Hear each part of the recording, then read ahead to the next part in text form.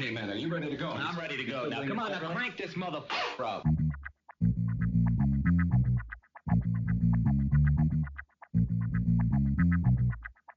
Break it down like this.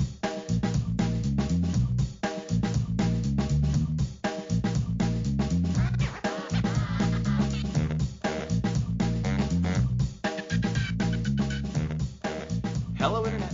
Gino, that Prettiest here again with another episode of Deep Listens, and it is that time of the year again. It is the reason for the season. It's Game of the Year time. It's time once again for our Game of Our Year awards, the Marianas Trench Awards for Deepness. The Trenchies, as everyone knows, when you win a Trenchie, you've done something right. Joining me for this great podcast, this great show, Pete Busby for the fifth time. Oh, man, that's a lot of years. What's going on, everybody? Probably my favorite episode of the year. Excited to do this yet again. I have one of my favorite facts to go with it, and I like this fact so much, I'm worried I use it already, so I have a backup fact, too, just in case. Just let me know if this sounds familiar. Again, here's the title. This is an article from Popular Science. Here's the headline: Remembering one of history's greatest whale explosions. Oh, yeah. Yep. So this was in Oregon in 1970. So it's actually just the 50th anniversary back in November. But there was a 45-foot-long whale carcass on the beach, and the good people of Oregon thought to themselves the best way to get rid of this would be to blow it up. With dynamite.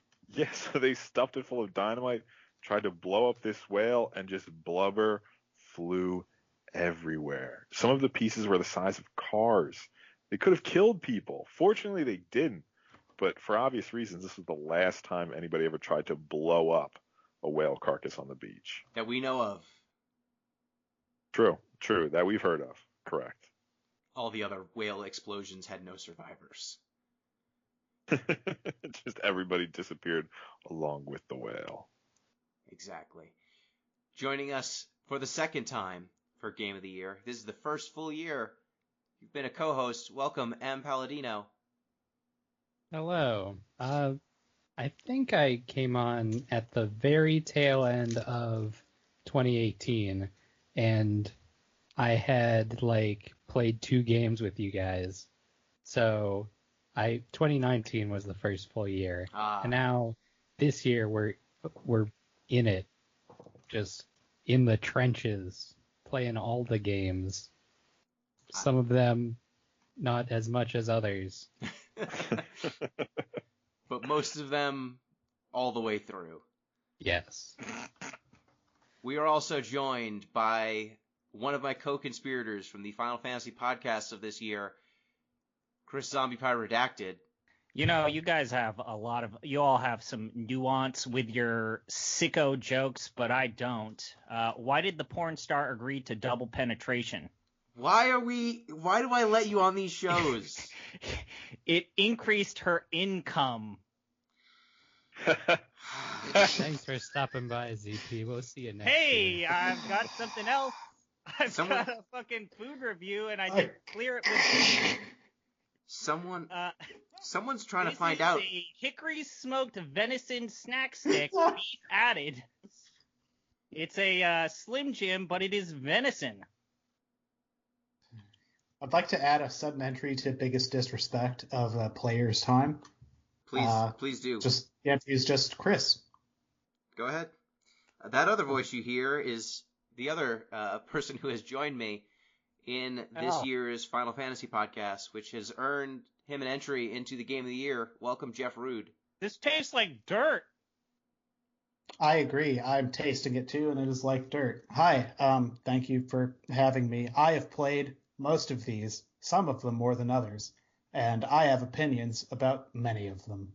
I like video games a lot. Excellent. So, ZP, do you want to give it a score? I cannot give you more time for this. It's the Game of the Year. I'm actually okay with venison, but this tastes like dirt, so I'm going to give it a soft 1. A soft 1 out of 5. Is your category for this year foods that you've had to taste on the show? You know, I did propose or pitch the idea of a food crime of the year, but that didn't get anywhere. Good. I'm just making sure because sometimes our spreadsheet changes before the end of the show. That was and not good. Welcome That to the was show. bad. Welcome to Game of the Year, everyone. Let's start off Game of the Year the way we start off every podcast with a reminder. You can get in touch with the show at DeepListensPod on Twitter, deeplistens.libsyn.com. We've got our comment sections and deeplistenspodcast@gmail.com. You can also support the show on patreon.com/deeplistens, which would get you access to our Discord. We will not be having the Discord report today because there's too much to do, but we do have a Discord-nominated category that we will be doing later on, and I'll shout it out as it approaches. So, if you join the Discord, you can nominate a category for our Game of the Year podcast. And then we will debate the merits of games or things that fit the criteria.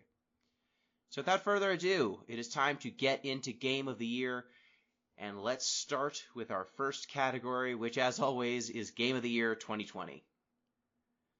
Why, you may ask? Well, if this is your first time listening to the Deep Listens Mariana's Trench Awards for Deepness, our Game of the Year awards, because we do not stick to a single year for our awards, we very often have a variety of games that just would not qualify for an actual Game of the Year award. So our big award is always Game of Our Year 2020, but Game of the Year is relegated only to games that have actually come out in the calendar year 2020. So the nominees are, by default, because these are all the games that came out this year that we played, Umurangi Generation, Not for Broadcast, Coffee Talk, Genshin Impact, Hades, Carrion, and Kentucky Route Zero. These are the nominees for Game of the Year 2020. So with this many nominees, I think it is fair. Are there any in this group that we feel can be dropped pretty safely? Carrion. Agreed. Not for Not broadcast. for broadcast. Yeah. Yep. Yeah. Let's strike through there. I think that not for Coffee Talk. No, I just don't think it's going to compete against my other feel-good experience of this year. It's not my pick, so. Yeah. Coffee Talk is nice, but no. It's not Game of the Year. I think that these are the three that. There are four still though. Oh wait, shit. Genshin Get Impact. rid of Genshin Impact too. Okay. It's good, but I don't know. I'm not liking it. Sure. Yeah. I would not fight for Genshin Impact over any of the other three games. You know what? That's a fair point. Yep. So now we've got three games, and they're very different. And Yep. I think every one of them has a case for Game of the Year 2020. Does anyone want to make an argument for Umurangi Generation as Game of the Year 2020? Opening the floor. No. No. I think that it's the most creative of the three. In fact, on my blog, it was the runner-up for most creative. I just think that it's admirable in how much it crams into a small package, but I don't think it's better than Hades or Kentucky Route Zero. So I'm personally not going to side with it over Hades or Kentucky Route Zero, but I think that the argument I would make if I was going to make an argument for Umurangi Generation is it is maybe the strongest zeitgeist pick for 2020. It is the game that I think captures the feel of disassociation, of capitalism generally failing, of young people kind of being raised in a world where the people in charge are making terrible mistakes and there's not much you can do about it. That 2020, it might be the most 2020 game. True. Jellyfish are taking over too. I mean, that's happening. Yep. Also true. Yeah, it's a beautiful thing. I think if you are into like smaller independent experiences, it is like absolutely worth at least giving a shot. There's a free demo of it that runs pretty well, and when it sells for like $15 or $20, like on days it's not on sale. So it also has a very convincing and well-earned twist, pivot in its story, in which its idyllic world kind of shatters before your face. I think that moment is pretty great, but yeah, I think I'm good moving on to the Hades versus Kentucky Route Zero debate. Okay. Yeah, Cool. I know I'm not going to get backed on this, but if this is my list, I guess to get into Hades stuff, I would put Umurangi above Hades. But that's Wow. I fight a lonely fight there. So I actually am with back on. Jeff. I think that for those that have been a part of the Discord, you know that I'm not a huge fan of Hades, and that is personally because I just don't like the way that anything that Supergiant Games control, and I also have minor grievances with the way that they convey stories or how their stories kind of conclude. So actually, I'm going to just throw my lot in and say that I am aiming for Kentucky Route Zero.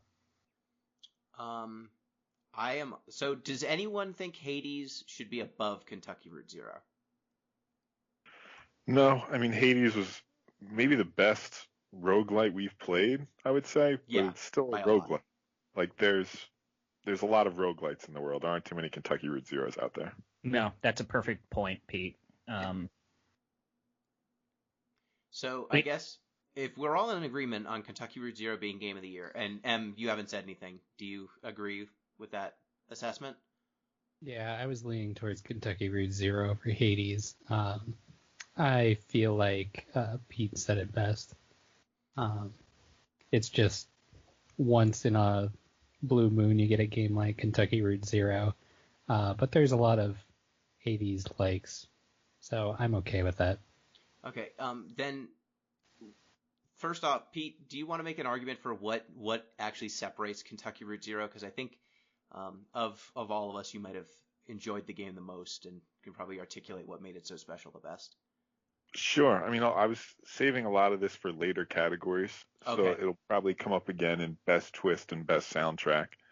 But this is a game that it captures a lot. It's like you said, it's not as 2020's Umaragi generation, but it captures a lot of sort of what's going on in terms of, a subset of, not necessarily America, but like a subset of people and an area that just sort of got glossed over to the point that it's now an appendage of corporate America in a way that Kentucky Route Zero captures fairly nicely.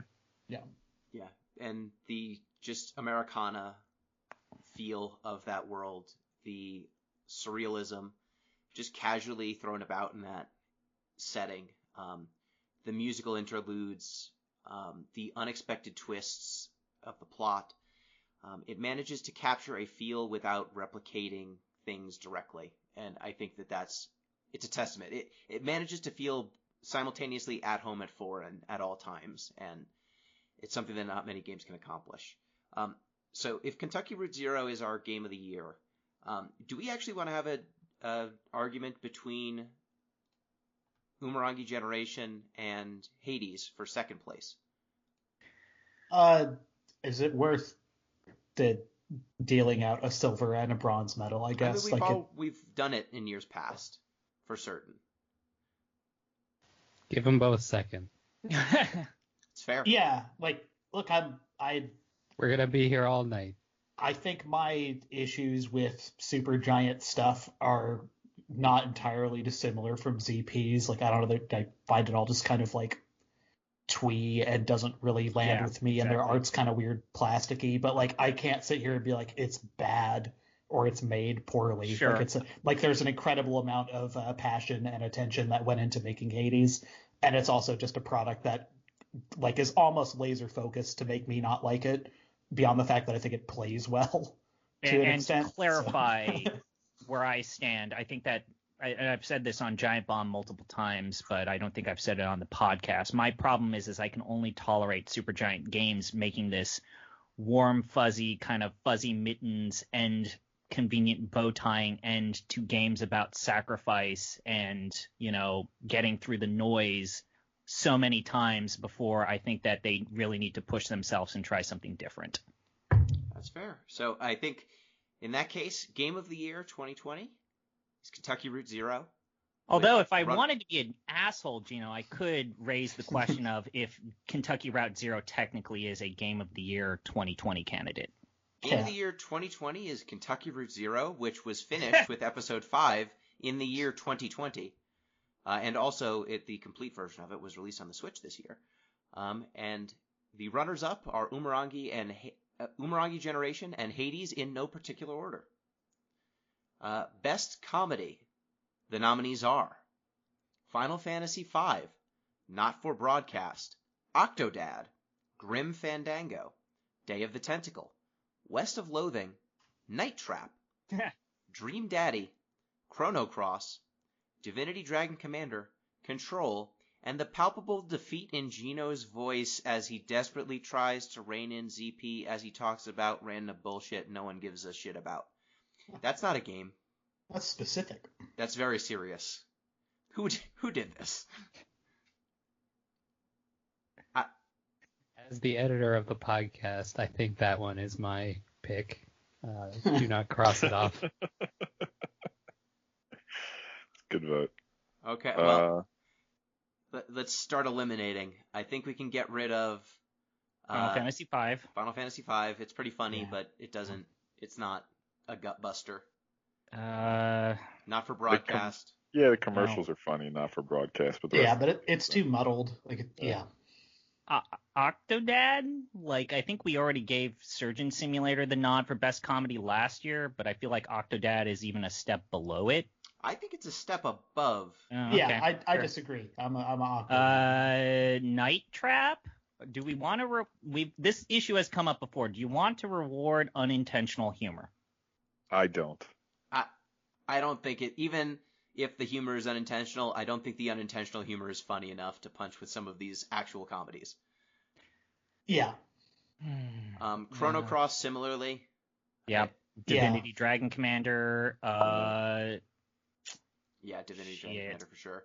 I feel like Control is going to be my stand for a different genre award, and I don't want it to win comedy for that exact reason.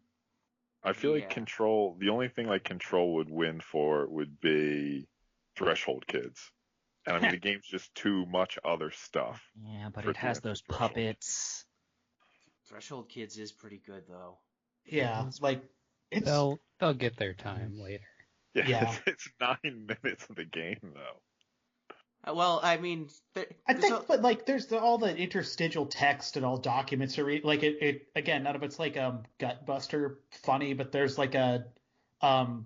it's surgery jokes. It's jokes for people that just had an operation and they can't laugh too hard, but you can make them go a little bit safely so they don't open their sutures.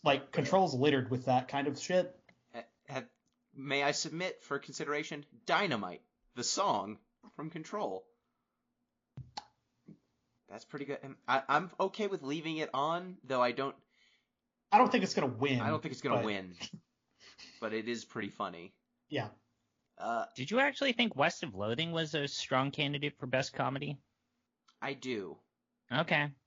I mean, when I think of the comedy of West of Loathing, I think of the secret Easter eggs, especially the Kellogg level. Yes, that's exactly what stands out in my head. Kellogg's horrible compound. It's a missable location. It's off the beaten path. It's even, I think, technically side content. I enjoyed being that. I think there's enough incidental humor throughout that it counts as comedy. I think that my most bang for the buck comedy came from the optional stuff from talking to randos in that game. For sure. I enjoyed Snake Oilin'. I enjoyed the town where everything was 2D and it was a fake. It was, what was it? Potemkin was the name of the town? Yes. The Potemkin village. Forever ago. I don't remember. Yeah, there were the ghosts that made you go back and forth and get permits. The bureaucratic ghost town. Oh yeah. God, I hated that level. I know, but it was funny. It was pretty funny. But it's so contrived. Day of the Tentacle. Yeah. We got to pick a LucasArts adventure game. I feel like Day of the Tentacle is a more pure comedy, but I almost think that Grim Fandango is still funnier. Yeah. I agree. Day of the Tentacle is like a weird 80s zany comedy. But we have refined tastes. I mean, it's like Bill and Ted. Yeah. The very first Bill and Ted. Okay, I'm crossing off Day of the Tentacle. So our remaining games are Octodad, Grim Fandango, West of Loathing, Dream Daddy, The Palpable Defeat in Gino's Voice, and Control. These are all good comedies now. There are no easy cuts. All right, maybe we Should all make our do, votes. Yeah, we do our votes. Sure. I vote Grim Fandango. That's my pick. I would actually agree with Pete. I think I'm going to go with Grim Fandango, just in terms of pure quality of writing. Excellent. Jeff? I can't vote against Octodad here. I would feel bad about it. Like so I played the first Octodad this year in addition to poking around with the sequel, and I feel like they're virtually the same games. And I feel like the chef stuff in the first one is actually pretty abominable from a like sneaky Asian stereotype sort of level of shit. Or the accent. Yeah, it's kind of really bad, and I don't know if Octodad 2 Deadliest Catch necessarily played in that territory again, because I did not finish it, but I played enough to be like, yeah, this is virtually the same game. And I don't know, something about the inherent, like, the game itself is the jokiness. Like, I realize we're allergic to Surgeon Simulator here, but I don't know, it works for me, so I don't know. That's my vote. I can't vote against it. That's fine. M? I'm gonna put my my vote on Dream Daddy. I think it was like really smart writing. Grim Fandango was good as well. That was probably my second choice, but I gotta represent the like modern daddy humor.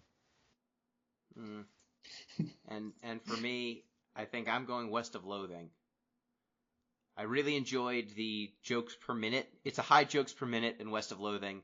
I think there were a lot of really good one-off gags. I can recall a lot of them, and that's not true of every comedy game. Like, I remember the doll that you can feed blood.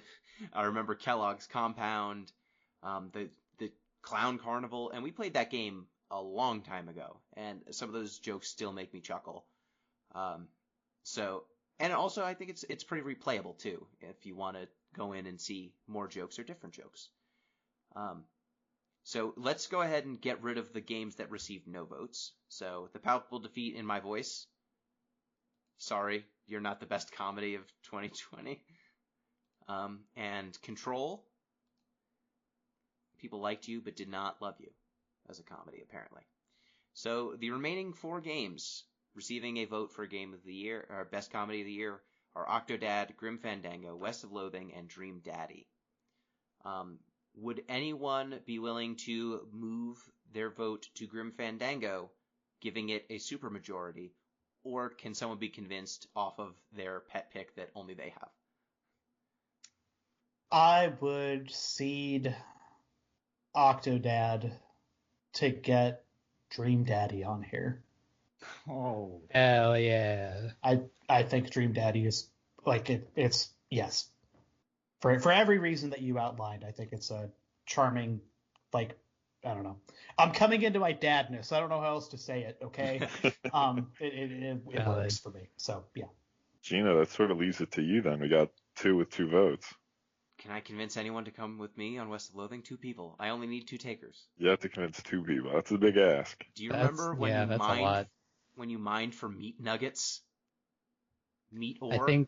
I think West of Loathing is definitely deserved to be up here, but I'm sticking to my guns. I'm sorry. Yeah, Gino, you got to make a choice. Kingmaker. Okay, so of these 2 games, I like Grim Fandango more as a game. I enjoy playing it. I think it is an achievement. But this is a category for best comedy. And so I need to then parse out which of these made me laugh more. And I think Dream Daddy actually made me laugh more, despite the fact that I love Grim Fandango. It's a great game. I think Grim Fandango has a lot of one-off gags, But when I think of Grim Fandango, I am moved more by the noir setting and the kind of decaying world of Grim Fandango rather than the comedy, which is odd considering it's a game by LucasArts from the 90s. It's really known for comedies. But I think that Dream Daddy, again, the laughs per minute on Dream Daddy are very high. Yeah. It's a good game. It's got a lot of eye candy, too. Probably the sexiest game we played this year. That's true. I can't get angry at Dream Daddy winning this one. So best comedy, the winner is Dream Daddy with runners up. With runner-up Grim Fandango, I guess it has the most votes. So runner-up Grim Fandango. Sorry Octodad. Sorry West of Loathing. You did not receive as many votes, and this is a democracy. Up next, we have Best Horror, our horror category, with the nominees Still There, Night Trap, World of Horror, BioShock, Carrion, Kentucky Route Zero, and Control. Okay, I think... Man, I didn't even think of Still There as a horror game. I was going to say, I mean, it's It's definitely sort of claustrophobic. It's got like a moon sort of horror to it. Maybe. Like, yeah, I don't think Still There and Night Trap. Night Trap wants to be a horror game, but man, isn't it? Man, it isn't. Carrion's all right, but hear me out. Oh, yeah. Night Trap spawned a specific kind of horror. What do you think about all the legislation and shit that came out of it? Did not intend to do that. It also gave us Joe Lieberman skyrocketing on the political scene and possibly almost becoming the vice president of the United States. Yeah, none of these other games empowered Joe Lieberman, no matter how bad they are or horrifying. Definitely scary, but I don't think you can reward the game for that. That's fair. That seems external It's just to him. It's just Joe Lieberman hitching his wagon to that Night Trap rocket. Also, Carrion, definitely a horror game. Not a good game, though. So. Well, it's not. It's gross, but I don't think it scared me. Yeah, we didn't dislike Carrion.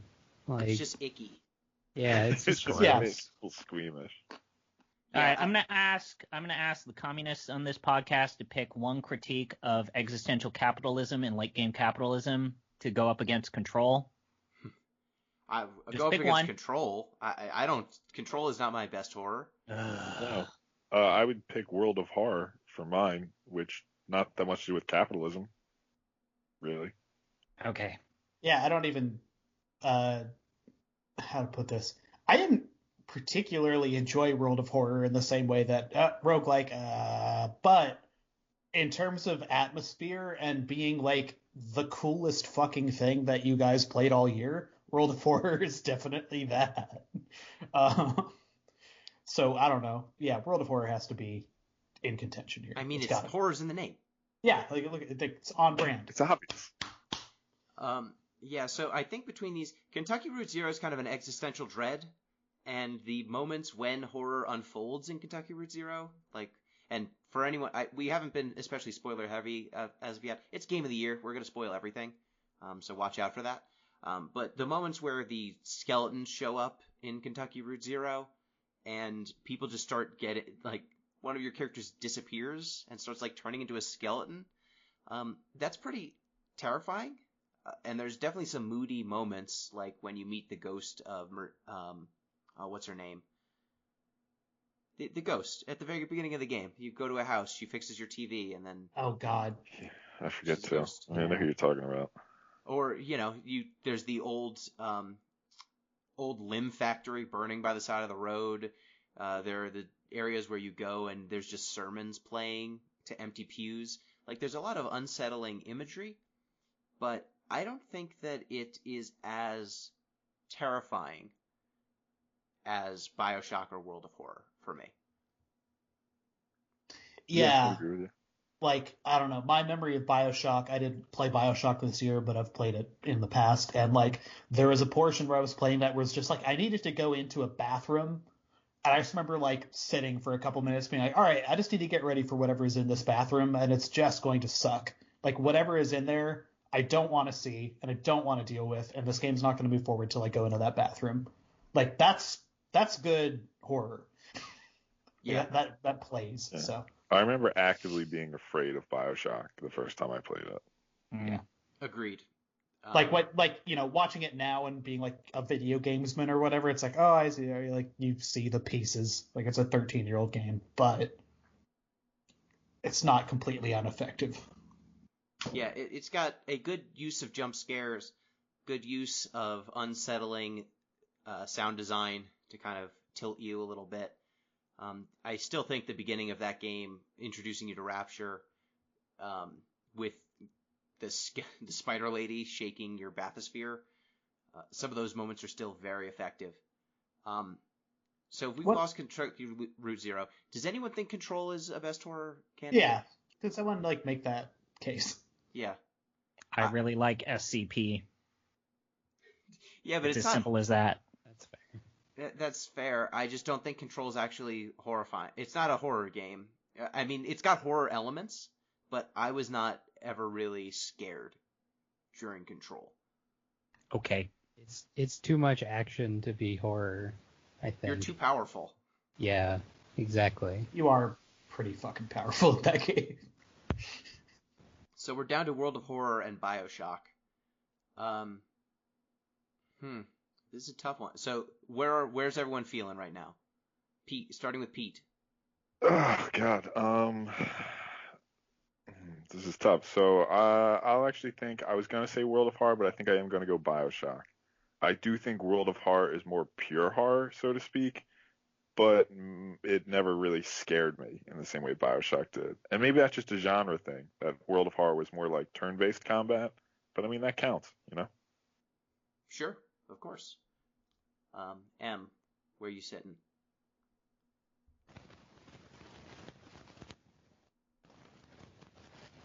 Heyo. Oh no. M turned into a creepy phonograph player. Oh no, best horror! Okay, in that case, well, M is figuring out her microphone situation. Jeff, where are you feeling between these two? I really wish I could give it to World of Horror in good faith. I feel like I could maybe make the case for it, but again, I keep going back to I was hesitant to go into a bathroom in a video game, which is a pretty impressive feat for a thing to do. I wish I could give World of Horror a best style or coolest looking thing I've looked at in a very long time without acknowledging the fact that it's a roguelike turn-based thing.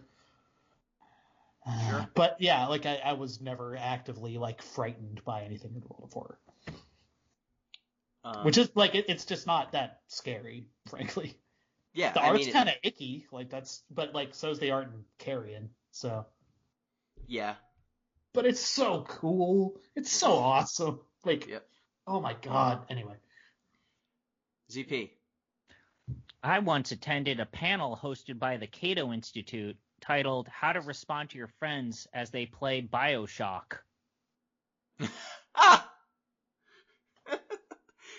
What did they tell you?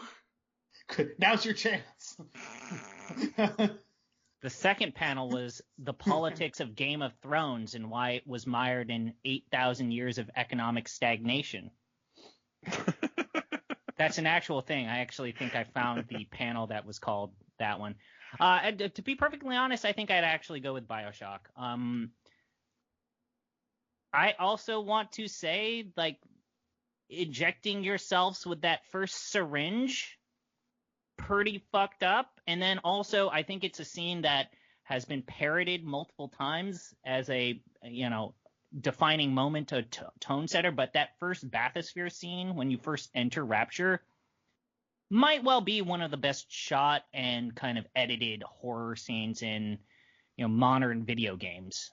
So I would actually go with BioShock. I think the only thing that dampers me is, as someone who played System Shock 2 before BioShock, a lot of the big hits of that game, I feel like, are just going back to the well. M, are you able to speak now? How about now? Yes. Yes. Hey, I'm back. That's gonna happen 5 more times before we're done. I was leaning towards World of Horror, but I think everyone has convinced me with the opening to BioShock. That is legitimately made me jump the first time I played through it. So I think BioShock. I agree. So just echoing what everyone said, World of Horror has just excellent style. The look is incredible. It is aping a lot of great horror tropes.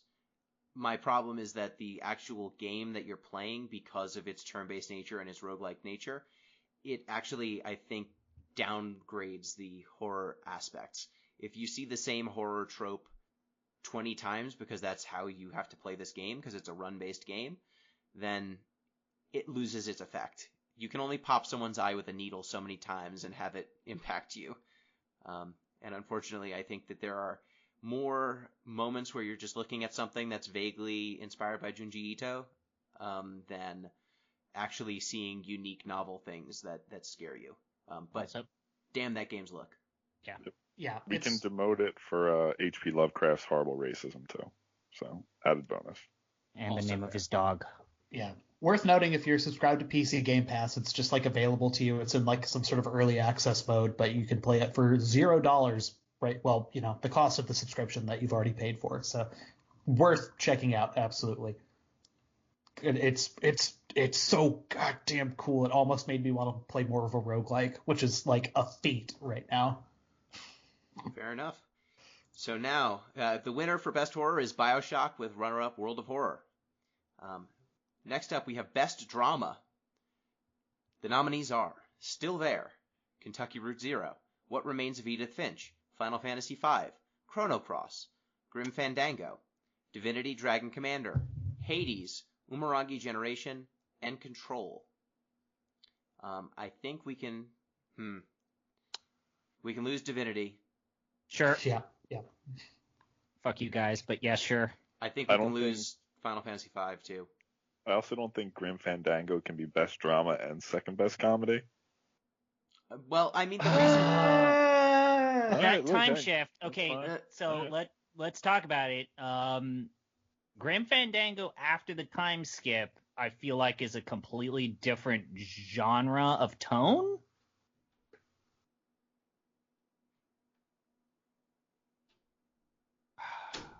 But I could go either way. Is anyone there? Yeah, you are right. Yeah. After the time skip, it is entirely. Yeah, it is a things very different change. tone. Let's Becomes a Casablanca homage. ditch Chrono Cross. Yes. No, I was actually gonna vote for Chrono Cross. Okay, fine. It All stays right. on. Still there? Show my hand, but I mean, Still There's not going to win as far as I'm concerned. It's I a little think- hokey, the ending. Yeah. Yeah. like the David Bowie's Kid movie Moon comparison comes to mind. It's like, okay, not as effective. I'm okay with losing Hades. Cool with me. Yep. Yeah, I don't think it's a drama. I'm cool with losing Control. As a Also drama, fine with me. yeah. Yeah. Yeah, I mean, there's family drama in there, but it's not Yeah. so strong.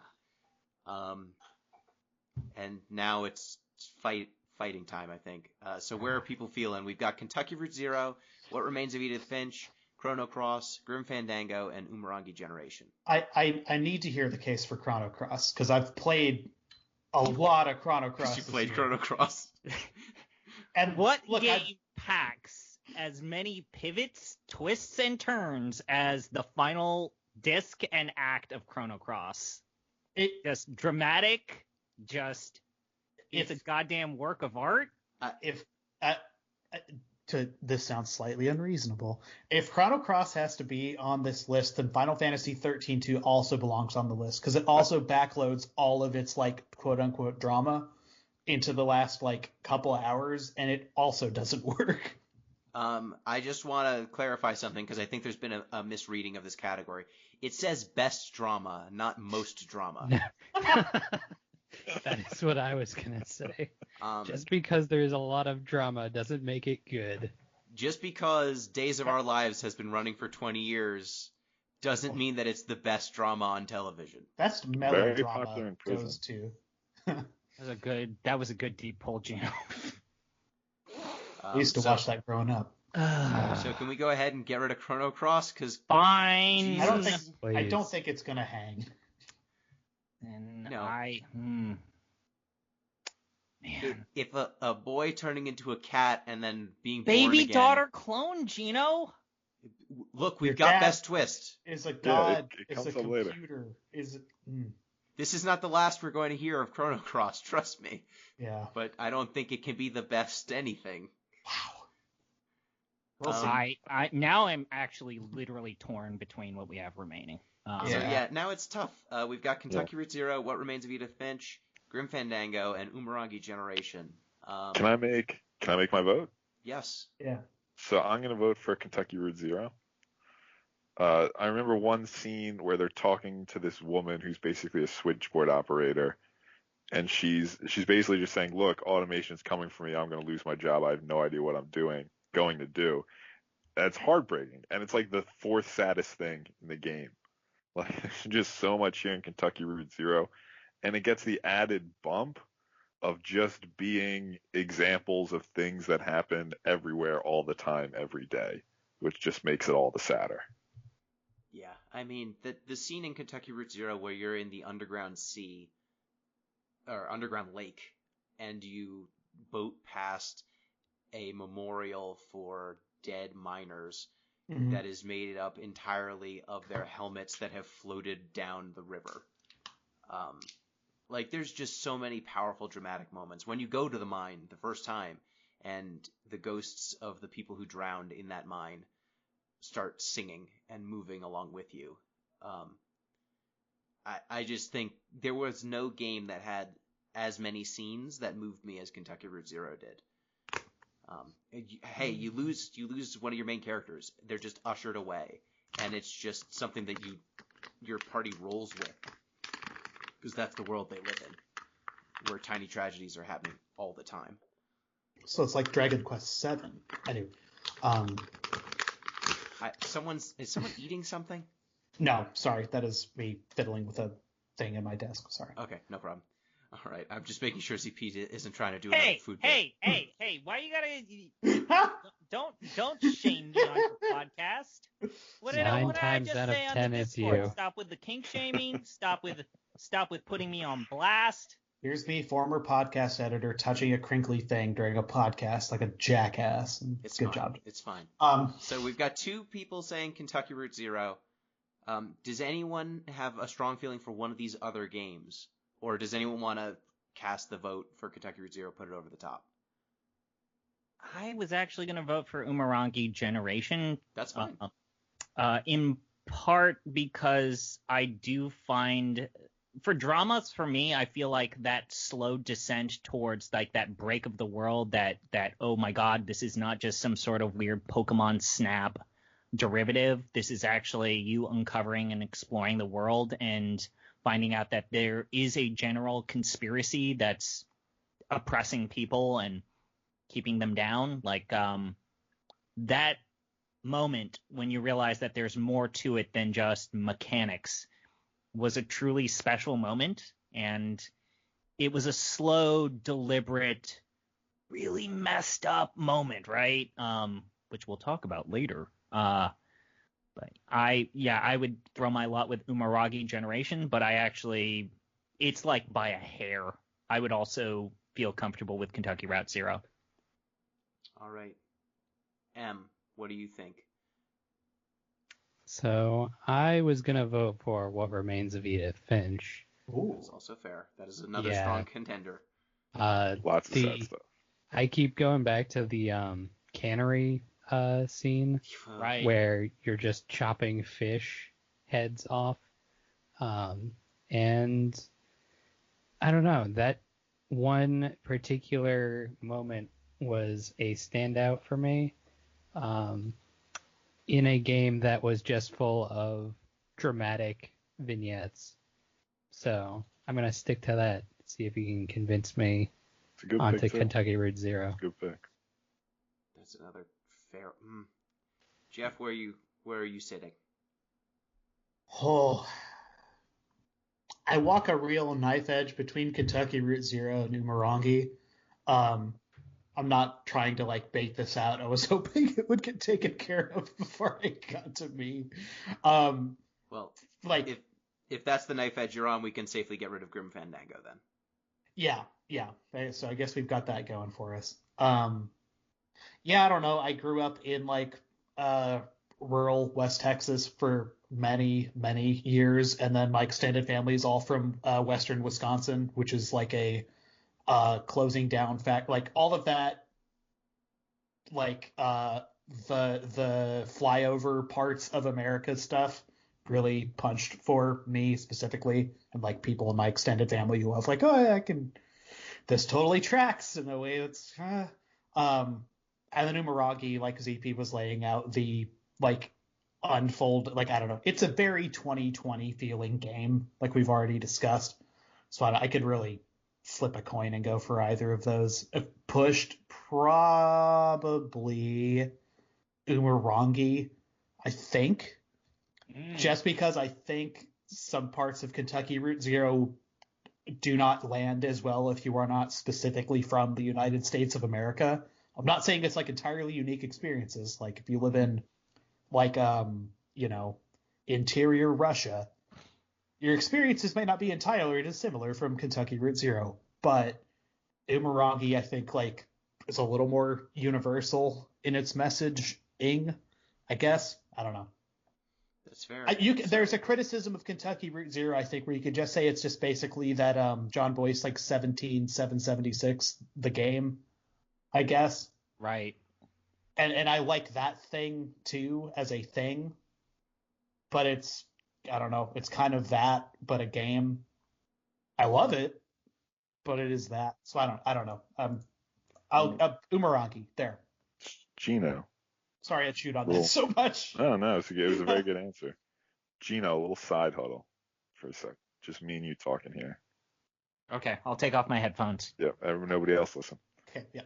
So I'd be willing to switch to What Remains of Edith Finch if you'll go along with me.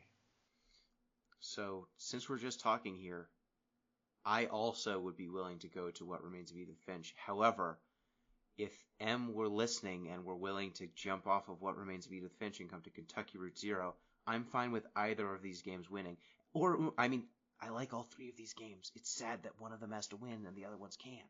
It's true. Let's bring M into this huddle. M, you're in the huddle now. Can you hear us? Hello, I'm in the huddle now. I didn't hear anything before that, but I knew exactly when to jump in. Nice. Regular podcast hosts only. Chris, I've got some really good dog food over here. Let's go try that.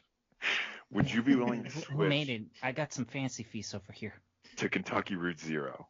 If not, me and Gino will switch to What Remains of Edith Finch. That's not a good offer. You should come to Kentucky Route Zero. I phrased that badly.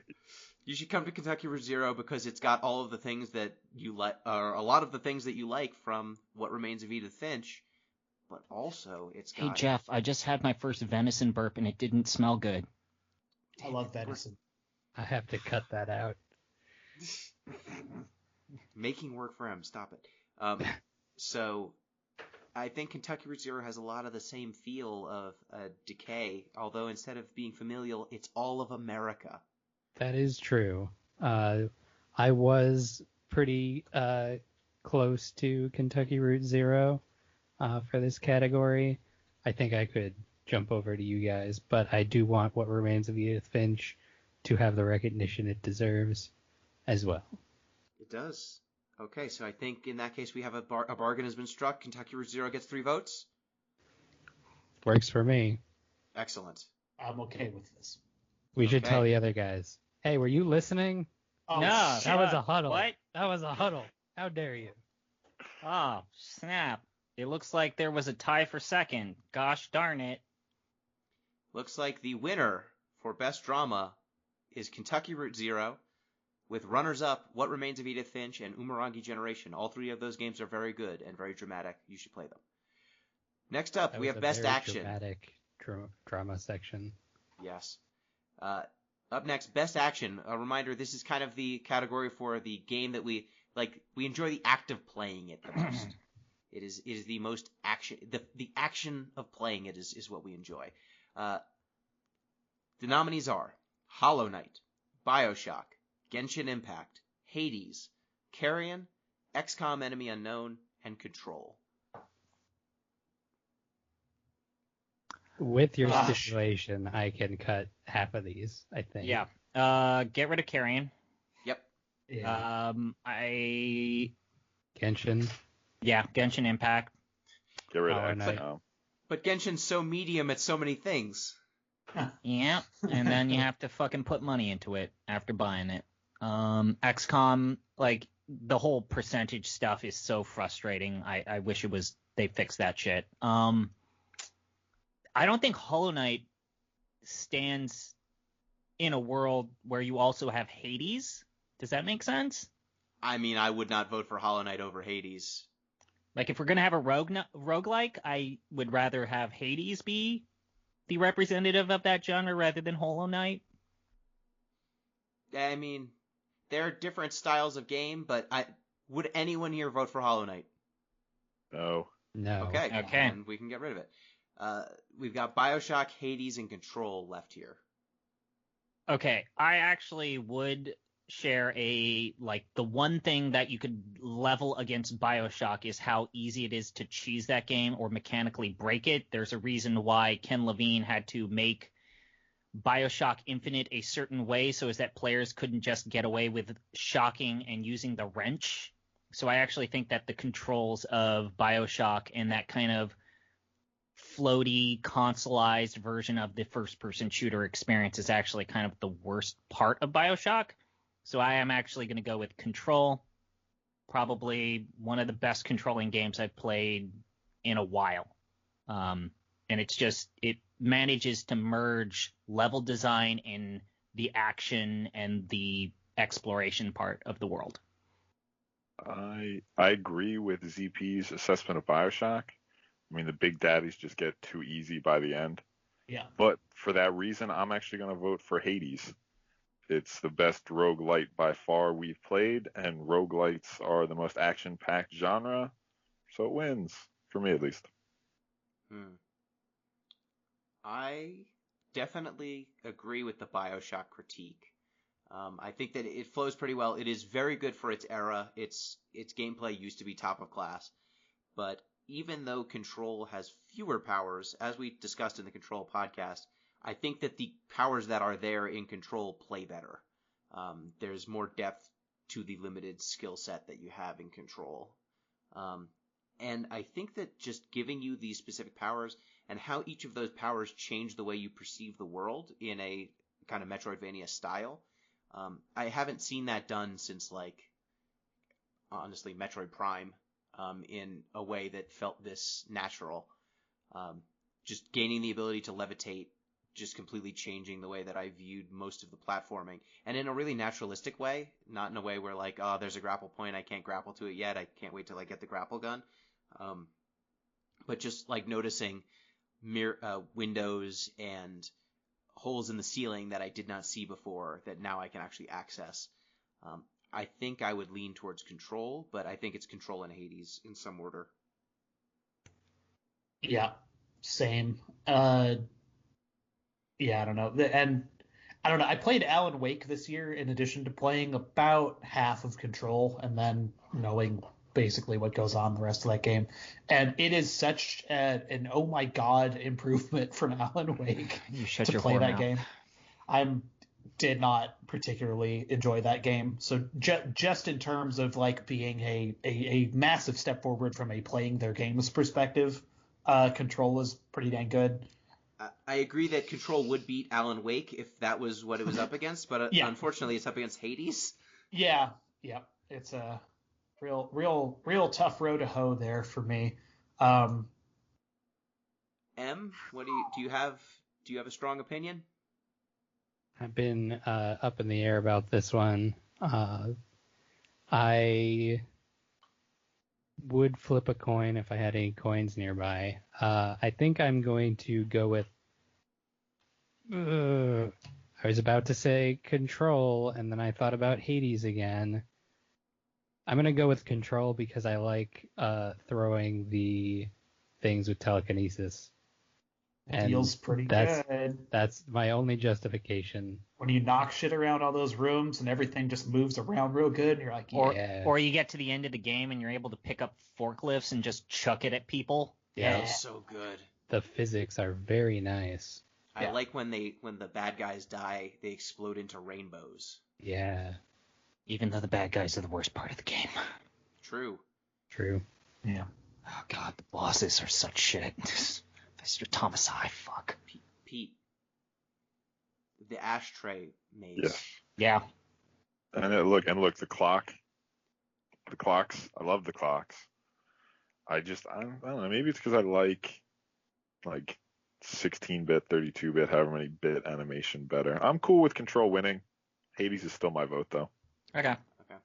So it sounds like we have more people leaning towards Control. Is that the case? Because I know ZP, you actively dislike the way Hades plays. Yeah, I just find it very kludgy, stiff, and unresponsive. You know, I've felt that way since Bastion. I disagree with that extreme of a sentiment, but I think we have enough votes for Control. Control wins. Control. Best action. It's With runner-up Hades. Didn't up expect next. that. Gonna say that. Did not expect that to go that way. But This is why we have the process. Yeah. Trust the process. trust the process. Next up we have Best Adventure. This is kind of our category. This is also a catch-all category, I feel like. Your Indiana's Jones. Your big Your Legends popcorny of sort of- Zeldas. Your Legends of Zelda. You know, your big adventures, your big world-spanning sort of deals. The nominees are Genshin Impact, Final Fantasy V, Grim Fandango, West of Loathing, Chrono Cross, Final Fantasy 13-2, Ni no Kuni, and Control. I hate to be this guy, but could you remind me the difference between our best action and our best adventure category? Action is mostly about the act of playing. Adventure is more about the story. The kind of big world-spanning stories. Okay. This always comes up. We should come up with better categories next time. I think we can drop West of Loathing. Yeah. It definitely has tons of environments. There's a lot going on, but it's all played for laughs, which sort of lowers the stakes of the adventure. Sure. I would like to get rid of Final Fantasy 13 too, because I hate that game. Cool with me. That's fine. I don't. If there's a Final Fantasy on this list, I'm picking the other one. Yeah. They'll put it that way. We have litigated that game enough. Yes. Should we get rid of Ni no Kuni too, just in virtue of none of us finishing it? You didn't finish it, so I think it's disqualified. That's fair, though we do go into that digestive tract / birthing tract / urethra. That's true. Yeah. That is a good one. I mean, you didn't finish it, but to be fair, you only had 2 months. Yeah. God. That game's I don't too know long. if Very Genshin, long game. Yes, I also don't think if Genshin Impact actually fits well in this category. But there's so much of it. There's so much of it, There's but so it's all much and it's mediocre. all the same. It's all about giving you that fucking positive feedback loop, as if you're a test subject in a B.F. Skinner experiment. I don't know. When I fought Child and then united the forces of If we had Mila. a best guilty pleasure game, that Genshin Impact would win. No, it would be City Opera Omnia, but that's for next year. Let's get rid of Genshin Impact. I'm fine with that. Right now.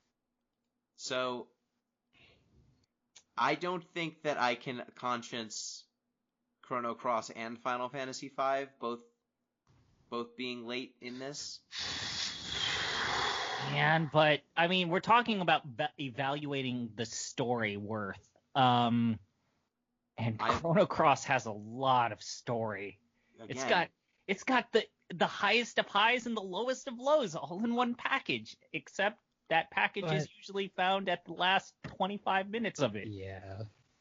But the places you go on the way are ridiculous. Remember the fucking concert scene that happens in the midpoint of the game? I do. I remember. Remember the when we SSL turned best? into a furry cat man? I remember. Remember when we found out about how the dinosaurs from fucking Chrono Trigger exist in an alternate dimension and are plotting with the dragons to kill all the humans in the current timeline? I don't remember that either. Ghost children just floating. Baby daughter clone, Gino. I remember the Frozen. Cross it off, Gino. Can we just? Oh, Is anyone voting for it? baby No. daughter clone. Are you putting your vote on it? Jeff, you can salvage this. Who's voting for Chrono Cross? And let me remind you that I'm many getting a lot of the of things, silence. many of the things that you would say about Chrono Cross are also true about Final Fantasy V, except that game's good. Are you actually going to cross out Chrono Cross, Gino? Yeah. Yes. Okay, then from hell's heart, I stab at thee. I'm putting my 2 pennies on Final Fantasy V. Yeah, It's fine. Yeah. Then So, for me, I am torn between Grim Fandango and Final Fantasy V here. I think Control is cool. It is definitely a cool adventure to go between, but I think it's more... It's got a nice story. I think it's kind of spread between a whole bunch of different categories here, and Yeah. it leans a little bit too hard on comedy and stuff. I mean, it's Little the bits. reason why I feel a hard time with nominating, say, BioShock for this category, only because, like, so much of the story is conveyed through, like, audiobooks, and I don't know if I entirely support that form of storytelling. Like, so much of Control is optional and missable. Hold on. You were gonna vote for Chrono Cross. yeah, What you want to talk about audio recordings and missable shit. missable shit? Hey, but Em, you were there. You stayed up for like Yeah, 3 yeah, and it fucking was hours bad. to watch you play that It was game. awful. It was not. Come on now. We were it's laughing gone. It's together. No, it's We dead. forgot to mention the movie, the live-action movie they made just for the. ZB, are you voting for this? No, no one is. Yeah, then why are we still talking about it? So we've got It's Control. being used against Control. So we've got 3 left. We've got Final Fantasy V, Grim Fandango, and Control. Does anyone have a vote for Control? I will put my vote on Control. Okay, so I haven't Control played stays. Final Fantasy V lately. Okay. Grim Fandango. Does anyone vote for Grim Fandango? Also, as someone who did not play Final Fantasy V, I vote for Grim Fandango. Okay. So Final Fantasy V, for those of you, since M and Pete, you have not played Final Fantasy V, let me try to summarize the plot and try to explain why we think that it might be a sufficiently world-spanning adventure. You start out as a boy named Butts Klausa, and he has a chocobo friend named Boko, and they are on an adventure. They're just they're wanderers. They go around wandering, doing adventures. And then a meteor crashes into your planet, and at the meteor, which you run up to, you find an old man and a lady. And it turns out that this lady is a princess, and so you go off on a quest to save some crystals that are shattering for inexplicable reasons. The old man, it turns out, is a king from a far-off world, and he gradually gains his memory. About 1/3 of the way through the game, you just jump to another planet, his planet, through the meteorites after all the crystals have been destroyed.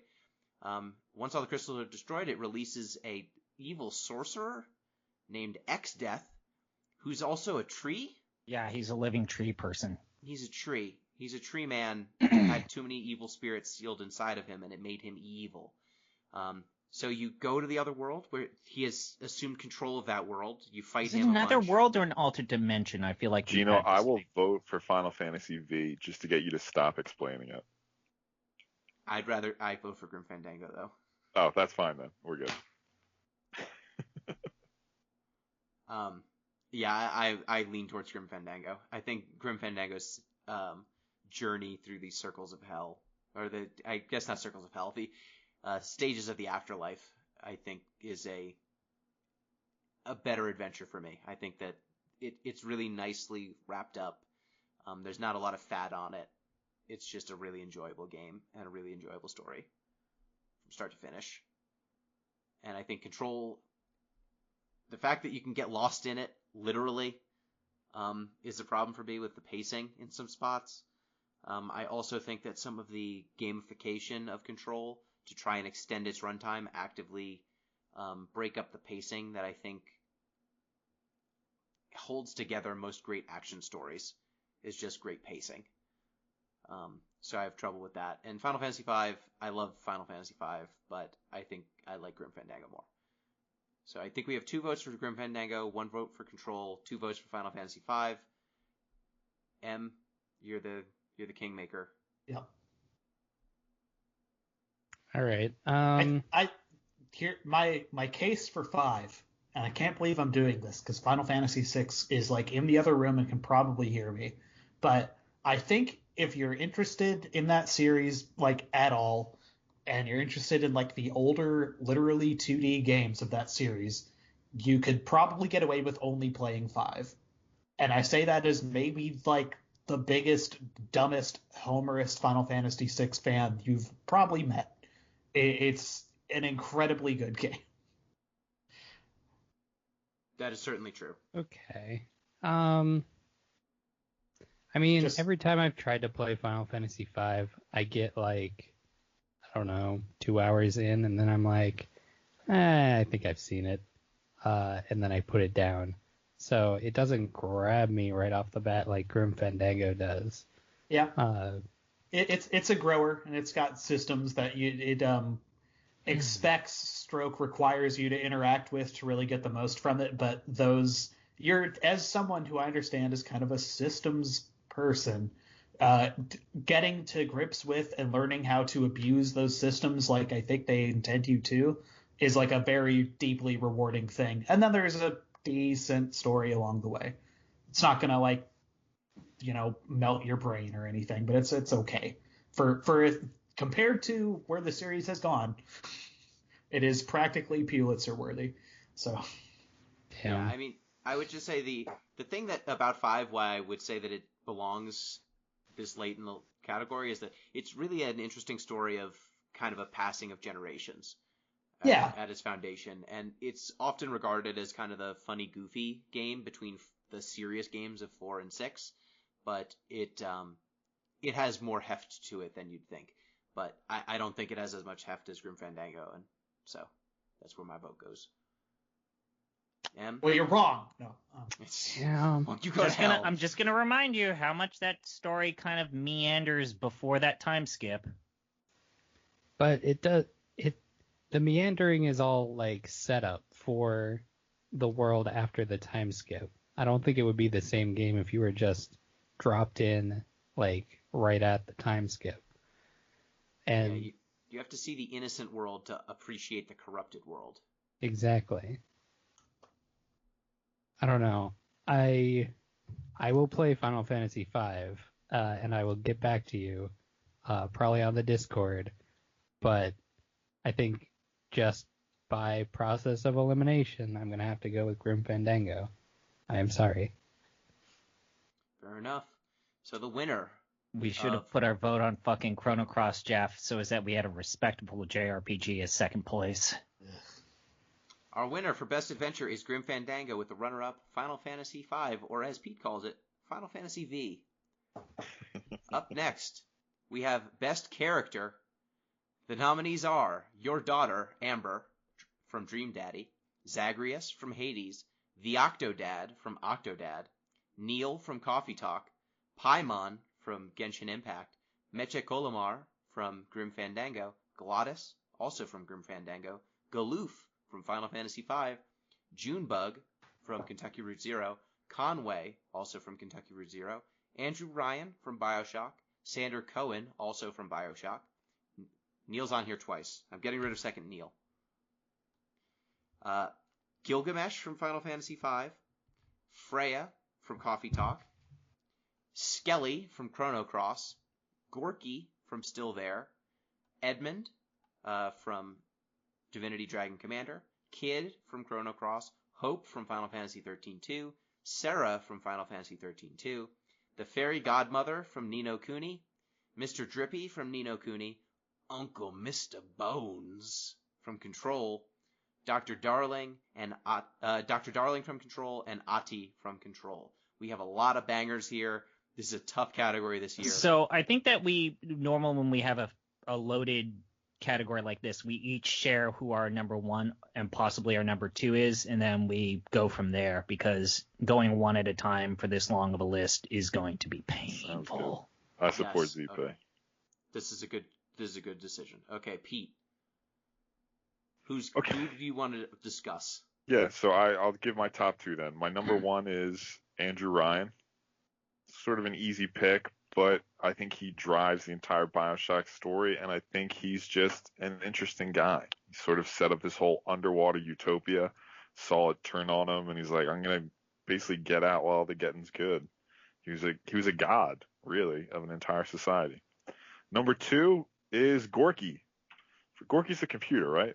Yes, Gorky's the computer. Number two is Gorky. Gorky has a weird arc. He sort of starts as comic relief, basically your best and only friend on the space station, and then sort of drifts into a serious, dramatic character as he sort of fights to understand love. It's sort of maybe a little trite for a science fiction computer program, but as a sci-fi guy, it tugs at my heartstrings. What can I say? Fair enough. M, what characters do you think need to stay? Okay, I said this a year ago when I picked this game. The only reason I picked Dream Daddy is so that Amber could be in best character. I think her dialogue is super funny. Great writing of a youth in games that often does not happen. And also her arc is close to my heart. My second choice would probably be the meme choice of the fairy godmother from Ni no Kuni, because I went and I played that, and it was the wildest thing I've seen in games ever. Also, honorable mention to Zagreus from Hades. Excellent as a protagonist. Well written. Just a good boy. I've also added Dusa from Hades onto the end of this list because that was a mistake. Good call. That was a mistake on my part. The fairy godmother, you've been inside of her. You can't say that about any of these other characters. It's true. Well, I don't know. Up next, ZP. Who do you think has to stay on this list? I'm gonna go with what I got in my heart. So I'm gonna pick. I'm gonna go with my first nominee is gonna be Galoof from Final Fantasy V, simply because he is the character that I think leans the most into the breezy, fun adventure that is Final Fantasy V. And when he, spoilers, when he dies and is replaced by his little granddaughter, it's the worst, and you kind of miss him almost immediately. And then Kyle's great. I'm also gonna go with, oh boy, this comes down to which control character I want to go with. You also don't have to add people if you don't feel strongly. I want to go with Dr. Darling, just because I thought that his actor fucking nailed his whole role and what he contributes to the story. And when you play the DLC, it makes his end story really tragic. Yeah, I'm going to go with Dr. Darling just because I think that he's an actually well-told character with an arc. All right, so I think just added Manny Calavera to the end of this list. I don't know that anyone's going to add him, but I feel like we should say the main character from Group Fandango is really good. Just keeps getting longer. I know. We played a lot of games with a lot of very good characters this year. Okay. Jeff, is there anyone else you feel needs to be in the discussion?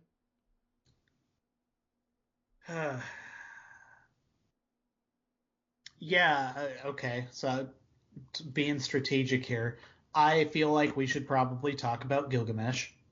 Yep. From Final Fantasy V. If Galoof is more or less the dramatic heart of the game, in the sense that he's like ties the whole generational aspect of it together, and you miss him when he's gone. Gilgamesh is like the fun-in. Gilgamesh is the part of that game that the series keeps going back to, of like, hey, remember when we did this gag? And it's like, yeah, it was really good. It still basically plays. He's just this funny, tripping over his own dick, cocksure loser who you fight occasionally, but he will blow you up if you're not paying attention. But if you've paid attention, he's just a cakewalk. He is like a little story reward every time you get to fight him. He's also the person who unleashes the best song in fucking video games. Yeah, so 100% belongs there. And then just continuing to spread out the love. Hope from Final Fantasy 13 too? Go to hell. No, I can't do that for either Final Fantasy 13-2 character. I think they're bad. You can say it. We know. Yeah, it's not great. It don't work. I like Octodad.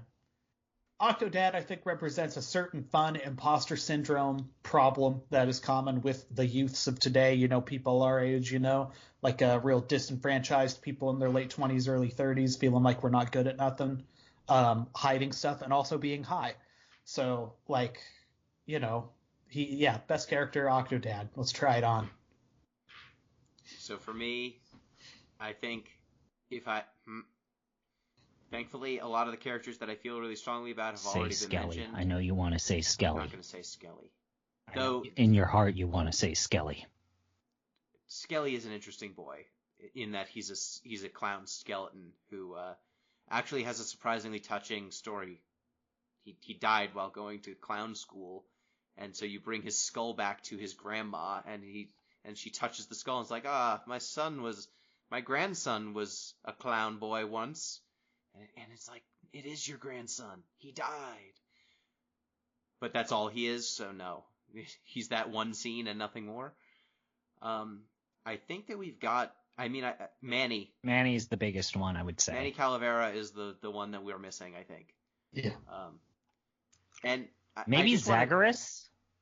No, I like Zagreus. I like Dusa both just fine, but I don't. I've read that story before. I've dealt with a lot of Greek mythology stories, and I feel like, his character is really well acted, and I enjoyed all of his quips and moments with other characters. It just didn't resonate with me as much as all the other characters we've already highlighted here. And special shout out, Paimon.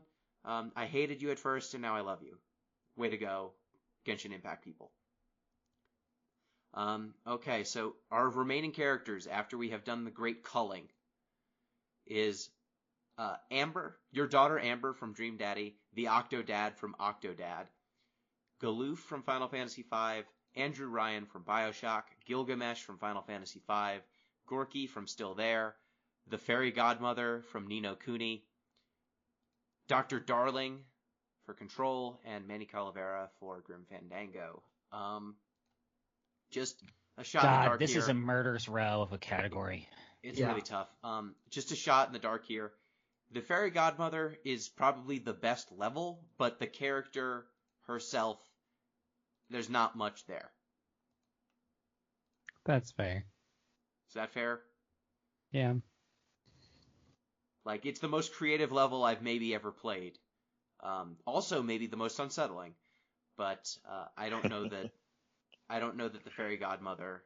The implications of that level are horrifying, enormous. Yeah, the implications. Like she enjoyed it too. She did, and I hate it. Why wasn't Ni no Kuni nominated for best horror? That's a great point.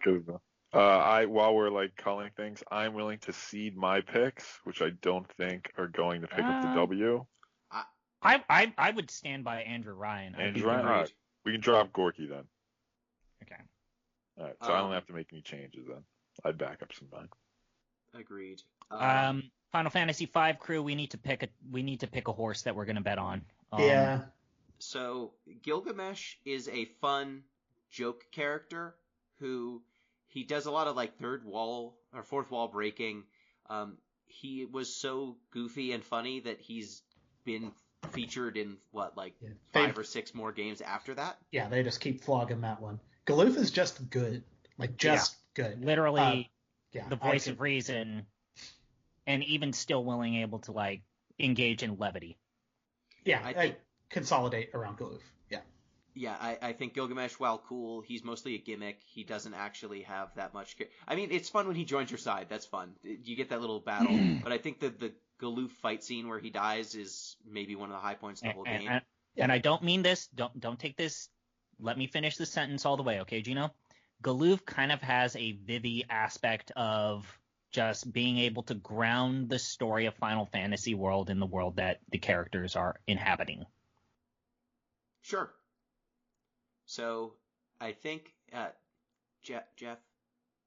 Sir? The Octodad. Octodad can go. I'm alone. That's fine. That's okay. Top tier mustache, though. Give that to the Octodad. I can like a thing by myself in my own little corner, and that's okay. And a top tier joke when they talk about shaving his mustache. Yeah, just like, I don't know, I find parts of that game charming above maybe everything else we've looked at on the fact that it was like a college final exam submission is kind of amazing. Yeah, it's impressive. Honor to be nominated. So we've got Amber, Galoof, Andrew Ryan, Dr. Darling, and Manny Calavera. Good stuff here. We've got all levels of Maslow's hierarchy of needs here, don't we? I would like to vote to remove Dr. Darling for as much as I love Sure. that character. He's mostly a bunch of punchlines in videos. That actor does a great job. And I think he should maybe win for best performance / voice acting or be very close for that. Yeah. But I don't think that I enjoy the character as much as any of the other ones that are still remaining. If we go back and play the DLC, maybe we will have more respect for him. No, you're just gonna get sad. Oh. Well, that's a shame. Damn it. Galoof, Amber, Andrew Ryan, Manny Calavera. These characters could not be any more different. Okay, let's. This is normally the solution. Does anyone have a hard? I think your number one is Amber, correct? I will fight you fucking tooth and nail for Amber. Don't you come after my No, I was just trying to recognize what everyone's number one pick was. Yes, number one. M's number one is Amber. Pete, Jeff, me, or Gino, what are your number ones? So I like Andrew Ryan. I could be moved to Amber or Manny. I have no love for Galoof. Oh, man. Final Fantasy V crowd, we're going to have to just do a Google search. Do a You'll Google have search to be, for Galoof. You'll have to be unanimous. He's literally the dude from The Big Lebowski, but in a JRPG. Kinda, yeah. Which dude from The Big Lebowski? The dude. The dude. The dude. The titular dude. Is he? They even changed his character sprite to make it look like he's wearing a bathrobe. Did they? Yeah, with the re-release of Final Fantasy V. I'm voting for Galoof. I feel like my hand might be forced to change, but I'm Galoof first, and then probably Manny Calavera second. I am Galoof first, your daughter Amber second. I love all my babies equally. Pick one and kill the rest. Andrew Ryan's Fuck, great. Mary, kill. Andrew Ryan's so strong. It's a hell of an FMK list. Andrew Ryan's such a good character. He makes that entire game work, and the moment he dies, the game is worse for it. Every moment that you have to play BioShock where he is not in it is a worse experience. Amber is just delightful.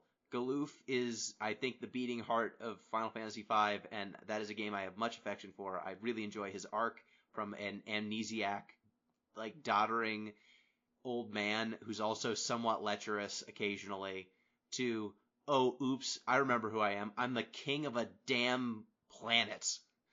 I need to be presentable. And then he's just like, he's leading an army. He's first in, first out, or first in, last out, because he's a leader. And then he dies. There's a battle where he takes damage over and over and over again, but he doesn't go down. And similar to Andrew Ryan, when he dies, the game is objectively worse for it. Yeah. I like Cryle. A man chooses Gino. That's That's a great point. And then Manny Calavera, he's so good. Also the bleeding heart of his game. Yep. Fuck. Okay. If I have to pick, it's Andrew Ryan first, Galoof second, I guess. Is this some sort Amber of ranked third. voting system now? Then Manny. So have we've no got idea. 2 votes for Andrew Ryan, 2 votes for Galoof, 1 vote for your daughter Amber, but Pete and I both have Amber second. And And M me. is not. Oh, sorry. So 4 people have Amber second? I guess it's Amber then. I mean, it's a good pick. Hell yeah. Tough crowd. Alright. Hell yeah. It wasn't Murderer's Row on this one. Yeah, this was probably the hardest category. I hope so. So best character. There's always one category where I feel like we fuck around a little bit. By virtue of the fact that everyone finds her at least enjoyable and at least touching. Your daughter Amber, best character of 2020. Runners up, Galoof from Final Fantasy V, Andrew Ryan from BioShock, and Manny Calavera from Grim Fandango. I love that a middle school daughter beat out a megalomaniac, a king, and what would you even call Manny? A Grim Reaper? Skeleton travel agent, I a guess. skelly man. Now we go to the bad side. We move from the best characters to the poopy ones. Up next, worst character of 2020. The nominees are Edith Finch, the old one, from What Remains of Edith Finch. The horrible biomass from Carrion. Andrew Ryan from BioShock. Neil from Coffee Talk. Dr. Fred from Day of the Tentacle. Jeremy Donaldson from Not for Broadcast. Kellogg from West of Loathing, and also Reality. X-Death from Final Fantasy V. The Undead Andor Dwarf Representatives from Divinity Dragon Commander. Lynx from Chrono Cross. Starkey from Chrono Cross. Chocolina from Final Fantasy XIII 2. Poshel from Chrono Cross. Draggy from Chrono Cross. Turnip from Chrono Cross. Neo Fio from Chrono Cross. Fun Guy from Chrono Cross. Sneff from Chrono Cross. Pierre from Chrono Cross. Pip, also from Chrono Cross. We're out of the Chrono Crosses. Paimon from Genshin Impact. And the Chef from Octodad. Are there any good characters in Chrono Cross? Yes, there are, but there's also There's- 42 of them. There's Oh, God, so that's many so many. characters. It's Oh. ugh. A lot of them are bad. Yeah. A lot of them have almost nothing to them. They just have a speech impediment of some kind, and that's what differentiates them. They are what they look like and nothing more. I Right think right away. I actually kind of want Starkey to hang on this. I have a Chrono Cross character that I feel very strongly about in Yeah. my number pick. I want to pick Sneff just because he's a racist caricature. Oh, he's yeah. fucking terrible. And he's Yeah. he's That's here. why I'm I'll picking the I'll chef. put the link in here. He is a racist Chinese caricature that feels as if he's pulled from World War II propaganda from a Japanese developer. Yeah. And it's awful. He speaks as if he is a bucktooth, again, caricature from World War II propaganda. It's awful to listen to him. I hate the fact that I had to look at his character portrait time and time again, and he doesn't Oh, go that is away. not It good. sucks. It's awful. That's It's bad. literally awful. The only thing I can say, Starkey, while not necessarily being like a callback to some of the darker portions of U.S. history, Starkey is a shitty character that you then have to engage with. Like, the game literally just leaves, like, so there's like I said, there's 42 goddamn characters. Some of them like literally do nothing. Like you get them and it's like, yay, I have a turnip. But Starkey's kind of different. Starkey's this alien in the middle of nowhere, and fighting him kind of sucks. And the character's just another cute little thing you put in your bin and ignore. And then at a certain point, it's like, I don't know what the hell to do. And it's like, oh, wait, I need to put this alien in my party and then go to the bottom of this ocean and recover spaceship parts with him. And it's like, why? Ugh.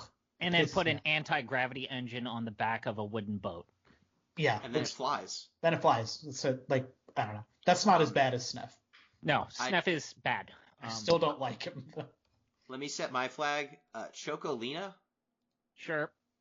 So Chocolina is one of the worst characters I've ever encountered. She is the shopkeeper in Final Fantasy XIII 2, though not racist, so that's nice. But she is a human chocobo hybrid. I could describe her as functioning under mermaid rules, which means that all the bits that a 13-year-old boy would enjoy are lady bits, and all the other bits are bird. There you go. Chocolina, every time you talk to her, it's the worst. She says, like, what is her catchphrase? Meow meow choco chow. Basically, it's the worst. She doesn't obey any of the rules of time or space, but she constantly shows up and is like, please buy something. Baka! Everything she says is a chicken pun. How is she created? Oh We boy, find that out in Pete, Final maybe Fantasy you should join us when 13-3. we do Lightning Returns. I'm sorry. I'll ask a much simpler question. Did a person have sex with a chocobo? No. Oh Okay. boy, All right, it's I wish. it's good stuff. We got some stuff to look forward to. That's good 2 years. shit. Yeah. So I cannot emphasize enough that in Final Fantasy 13-2 there is no explanation for who or what Chocolina is, where she comes from, or why. Why can she move throughout with your characters? They just don't bother. So instead it's just this half-naked bird lady who just sounds terrible. But at the end of the day, she's not a racist caricature. That is true. At the end of the day, she's just vaguely unsettling, but not racist. Em, is there any character in here that you feel we should shame? I don't really have a horse in this race. I could be convinced in whichever way. Namely, the racist caricature is probably gonna win out because He's also a terrible, actually, gameplay character. Yeah. Sucks. Yeah. He sucks. He's terrible. That's actually a plus for me that I don't have to use him ever. If we're the undead and the dwarf representatives are racist also, but they are. I want to point out that racism. Snef transforms your characters into cats and then makes a joke about eating cats. Yep. The winner is Snef. The worst Jesus character. Christ. Yeah. Good pick. The worst character is Snef. Runners up, Starkey from Chrono Cross, Chocolina from Final Fantasy 13-2, fuck you Chocolina, and the chef from Octodad, who is also a racist caricature, but less so than Snef. Okay, up next, best soundtrack. Well, Not by was that- much. yes.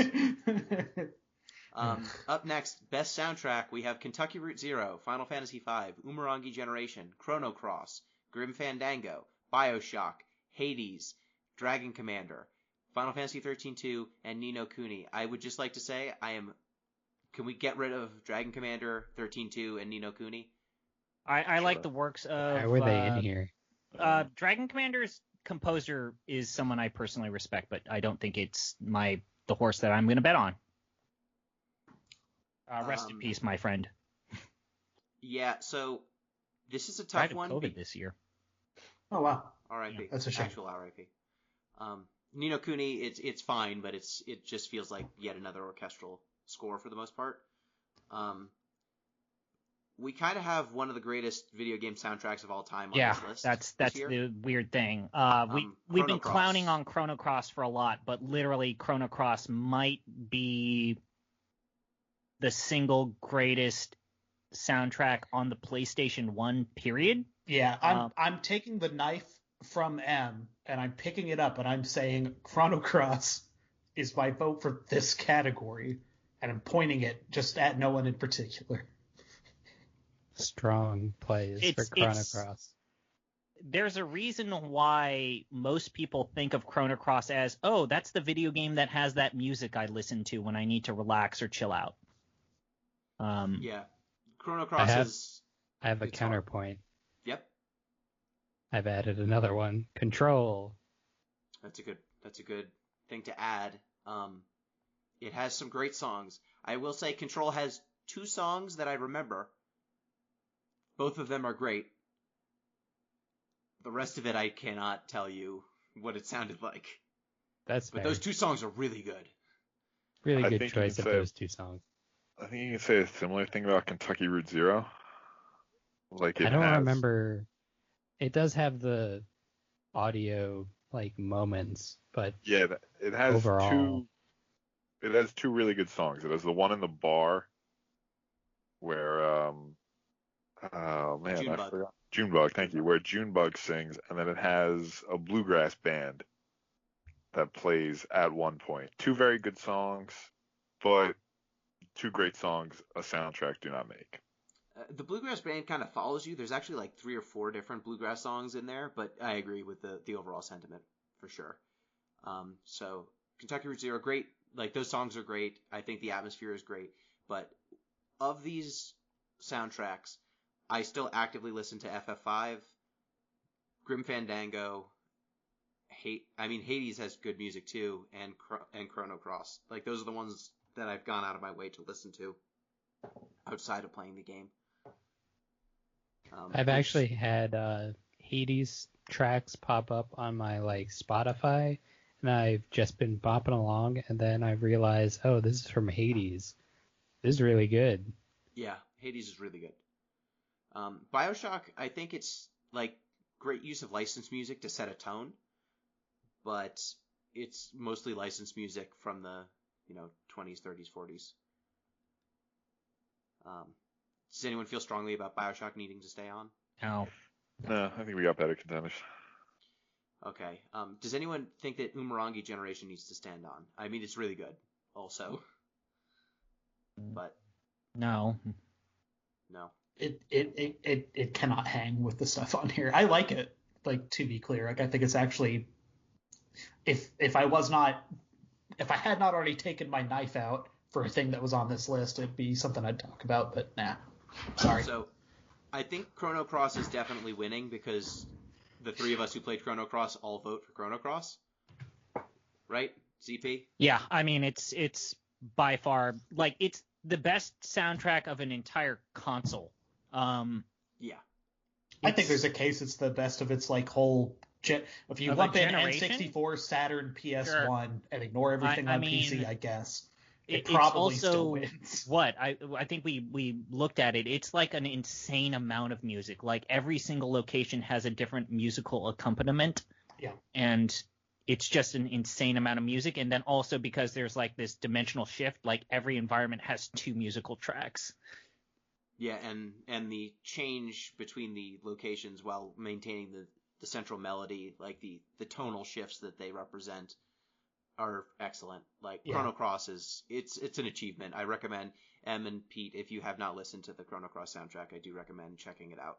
Yeah, Pete, I can't emphasize this enough. I think you are 100% allergic to this game. Don't play it. But you should listen to some of the music from it. It's pretty damn good. Give it a shot.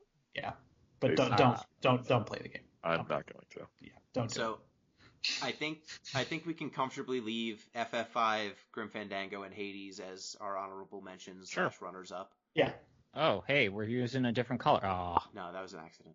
Oh, I like that blue. I want to just say that Kirill Pokorowski, the composer of Dragon Commander, did not die of COVID. It was, I believe, cancer. I was thinking of someone else, but yes. That is also still a shame. Yeah. Still rip. Up next, Prettiest game. This is for the game that's pretty.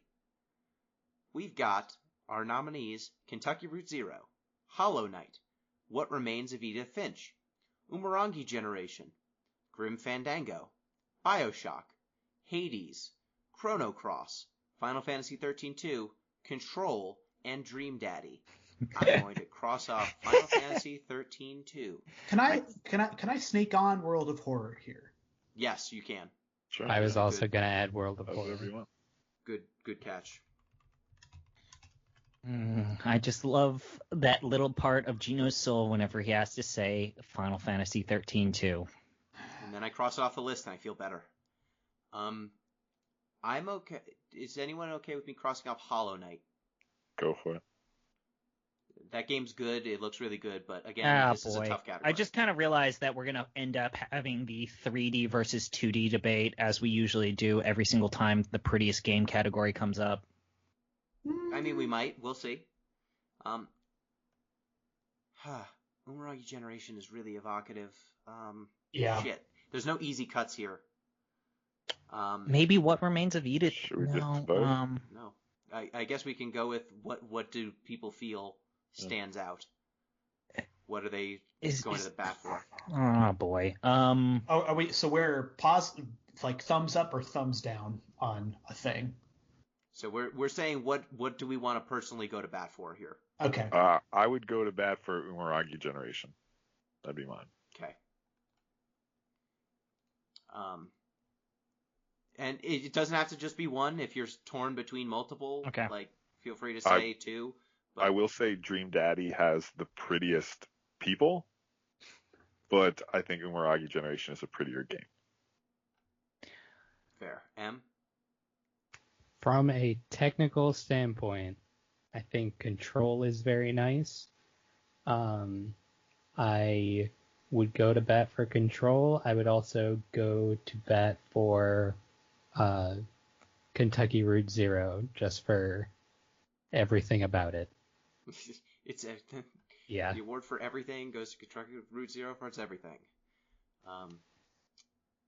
ZP. I am going to probably end up batting hard for Control, but I also want to commend Chrono Cross for its picturesque vistas and its just amazing, almost matte painting-esque background art. I will And the say, variety of it. I will say, as far as Chrono Cross goes, based on all of the descriptions, I thought it would look terrible. But then when I was watching your stream, I was very impressed. Yeah, none of the aesthetic choices are the thing that is wrong with Chrono Cross. Mm-hmm. Sadly, it's almost everything else. Yeah, the sound and the visuals are excellent, and then unfortunately you have to play the game, and that's a problem. Jeff.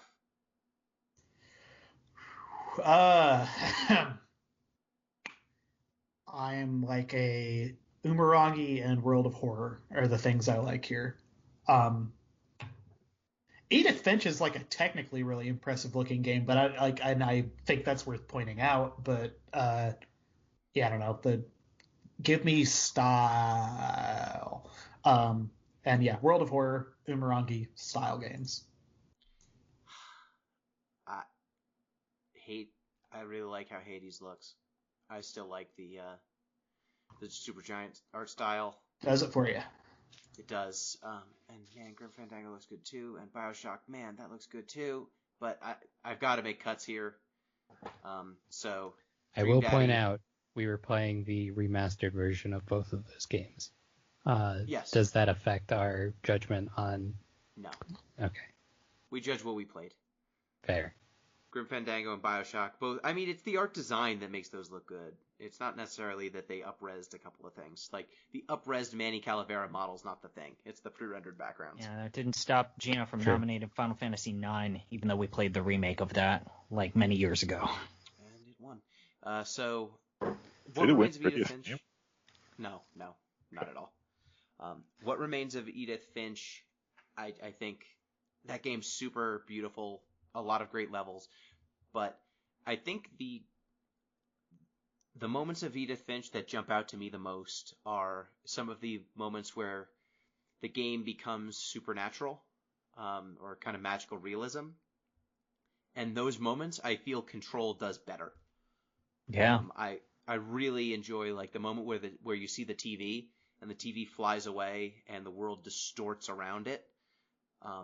The matchbox, the ashtray maze, just the general aesthetics of combat in that game. I've never seen a game that has combat as brutal that also looked so pretty.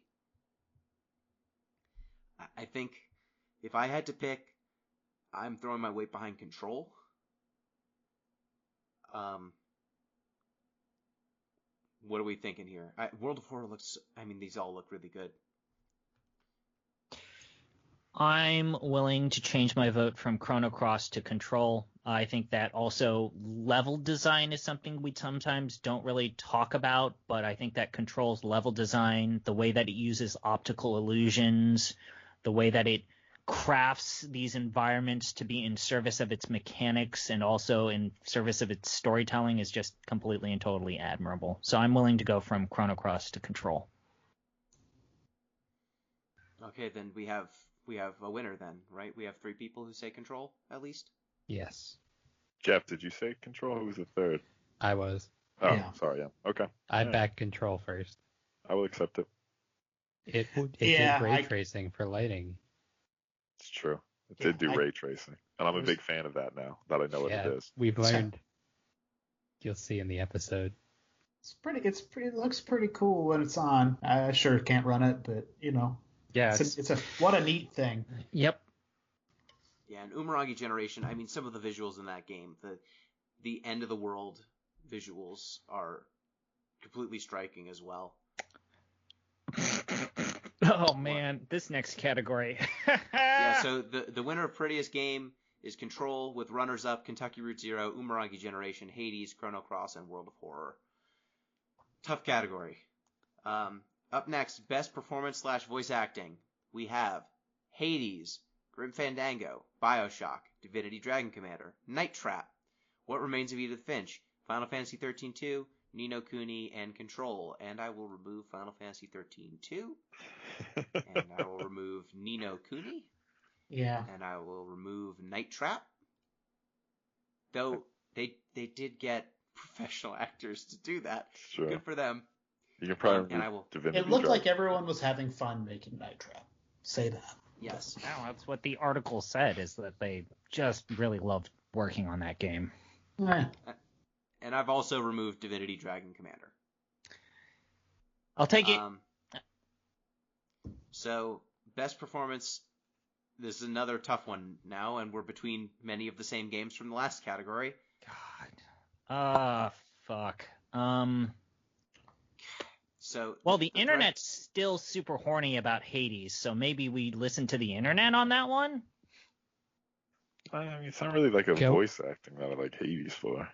Yeah, go with your heart, ZP, not what the internet says.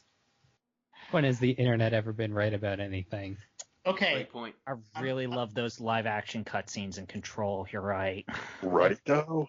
They're cool.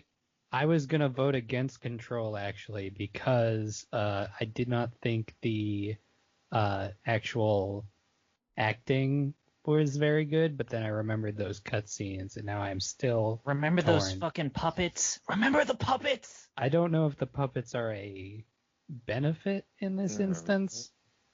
Dr. Darling definitely is. Yeah, Dr. Darling, and you can always talk to Yeah. Uncle Dr. Bones, Uncle Mr. Bones about anything. I'm going to throw mine behind Control for the strength of those cutscenes. Yeah, I can't believe I'm going to defend Bioshock here. Like, I don't think Bioshock works at all if the performances of Andrew Ryan and shit aren't as good as they are, because they're pretty good. But the amount of little fiddly roles that are done in Control, and to have it like pretty much all land the right way and not in like that's like the second language of most of these people too. Like, they're Finnish. Which, whatever, like, everyone's more multilingual than me, but like, I don't know, it's impressive. I feel like Control is a good, reasonable pick here. Safe bet. Okay. I think for me it would go Control, Hades, Bioshock, Grim Fandango, probably in that order. And What Remains of Edith Finch, there are definitely good moments of voice acting in that game, but it's mostly just one person, right? Yeah, it's also deliberately sparse. Yeah. Very well done. So, do we have 3 votes for Control? I think we have 4. Seems like it. Oh, 4. Okay. Well, we got enough. So the winner for best performance / voice acting is Control, with runners-up Hades, Grim Fandango, and Bioshock. Manny Calavera, every scene with Mecha and Manny, they're great. Next up, best mechanic. We have the job system, Final Fantasy V. Linear storytelling in a roguelike, Hades. Photography at the end of the world, Umurangi Generation. Multi-element cards, the Final Fantasy trading card game. Snake oiling, West of Loathing. Eating people, Carrion. Character mechanics, Slay the Spire. Political compass systems, Divinity Dragon Commander. Overwatch, XCOM Enemy Unknown. And levitation in Control. I acknowledge that no one will like multi-element cards as much as me, so I'm okay with removing that, but I just want to say that implementation of multi-elements it's been done in other card games before, but it's never changed the game as much as what I think the FFTCG did. So it's very cool. Check it out if you like trading card games. But I acknowledge that no one else will go for that. Hey, Jeff, didn't you think about nominating a certain mechanic from Final Fantasy 13-2 here? Don't make me cross it off. I think the thing you're thinking about belonged in the best twist category. Oh, okay, sure, no problem. Yeah, because nothing's leaping to mind except for something very specific. So, yeah. I love the job system in Final Fantasy V, but I can Same. I can get rid of snake oiling because it's basically just it's a poison mechanic. Okay. I just thought it was a funny thing. Gino, remember you've played. How long is your speed run in Final Fantasy V now down to? About right around 10 to 15 hours. 10 to 15 hours, yeah. I mean, I've only ever done it once with a four-job bunch fiesta. of bullshit also attached, right? You're candy eating. Can we get rid of the political compass system in Dragon Sure, Command? no problem. I think that Get is rid of still. Overwatch too, yeah. Yeah. It's actually the Overwatch system is actively frustrating in times. I think it's like poisoned like so many video games at this point. It's also influenced. It's kind of like that weird era of board gaming when Settlers of Catan became everything that was board gaming for like a solid 3 years. Yeah. I don't feel especially inspired by the character mechanics of Slay the Spire. Yeah, I just wanted to shout out, I think that the way that they balanced that game with all the different the 3 different characters, well, now 4 different characters and their different decks, and how they play differently, is really interesting, but yeah, we can lose it. And Carrion, I also feel like should be eliminated. It's cool to watch people get eaten, but it's horrifying, and also Carrion is frustrating. Yeah, cool looking mechanic, yeah, easy. Best, So we are left with the job system in Final Fantasy V, linear storytelling in a roguelike, Hades, photography at the end of the world, Umurangi generation, and levitation. So can I make a pitch? Sure. Go for it.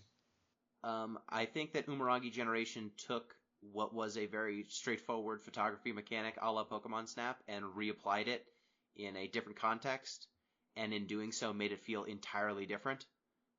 And really elevated that mechanic, but I don't know that completely fundamentally changes the act of taking pictures. I agree with that.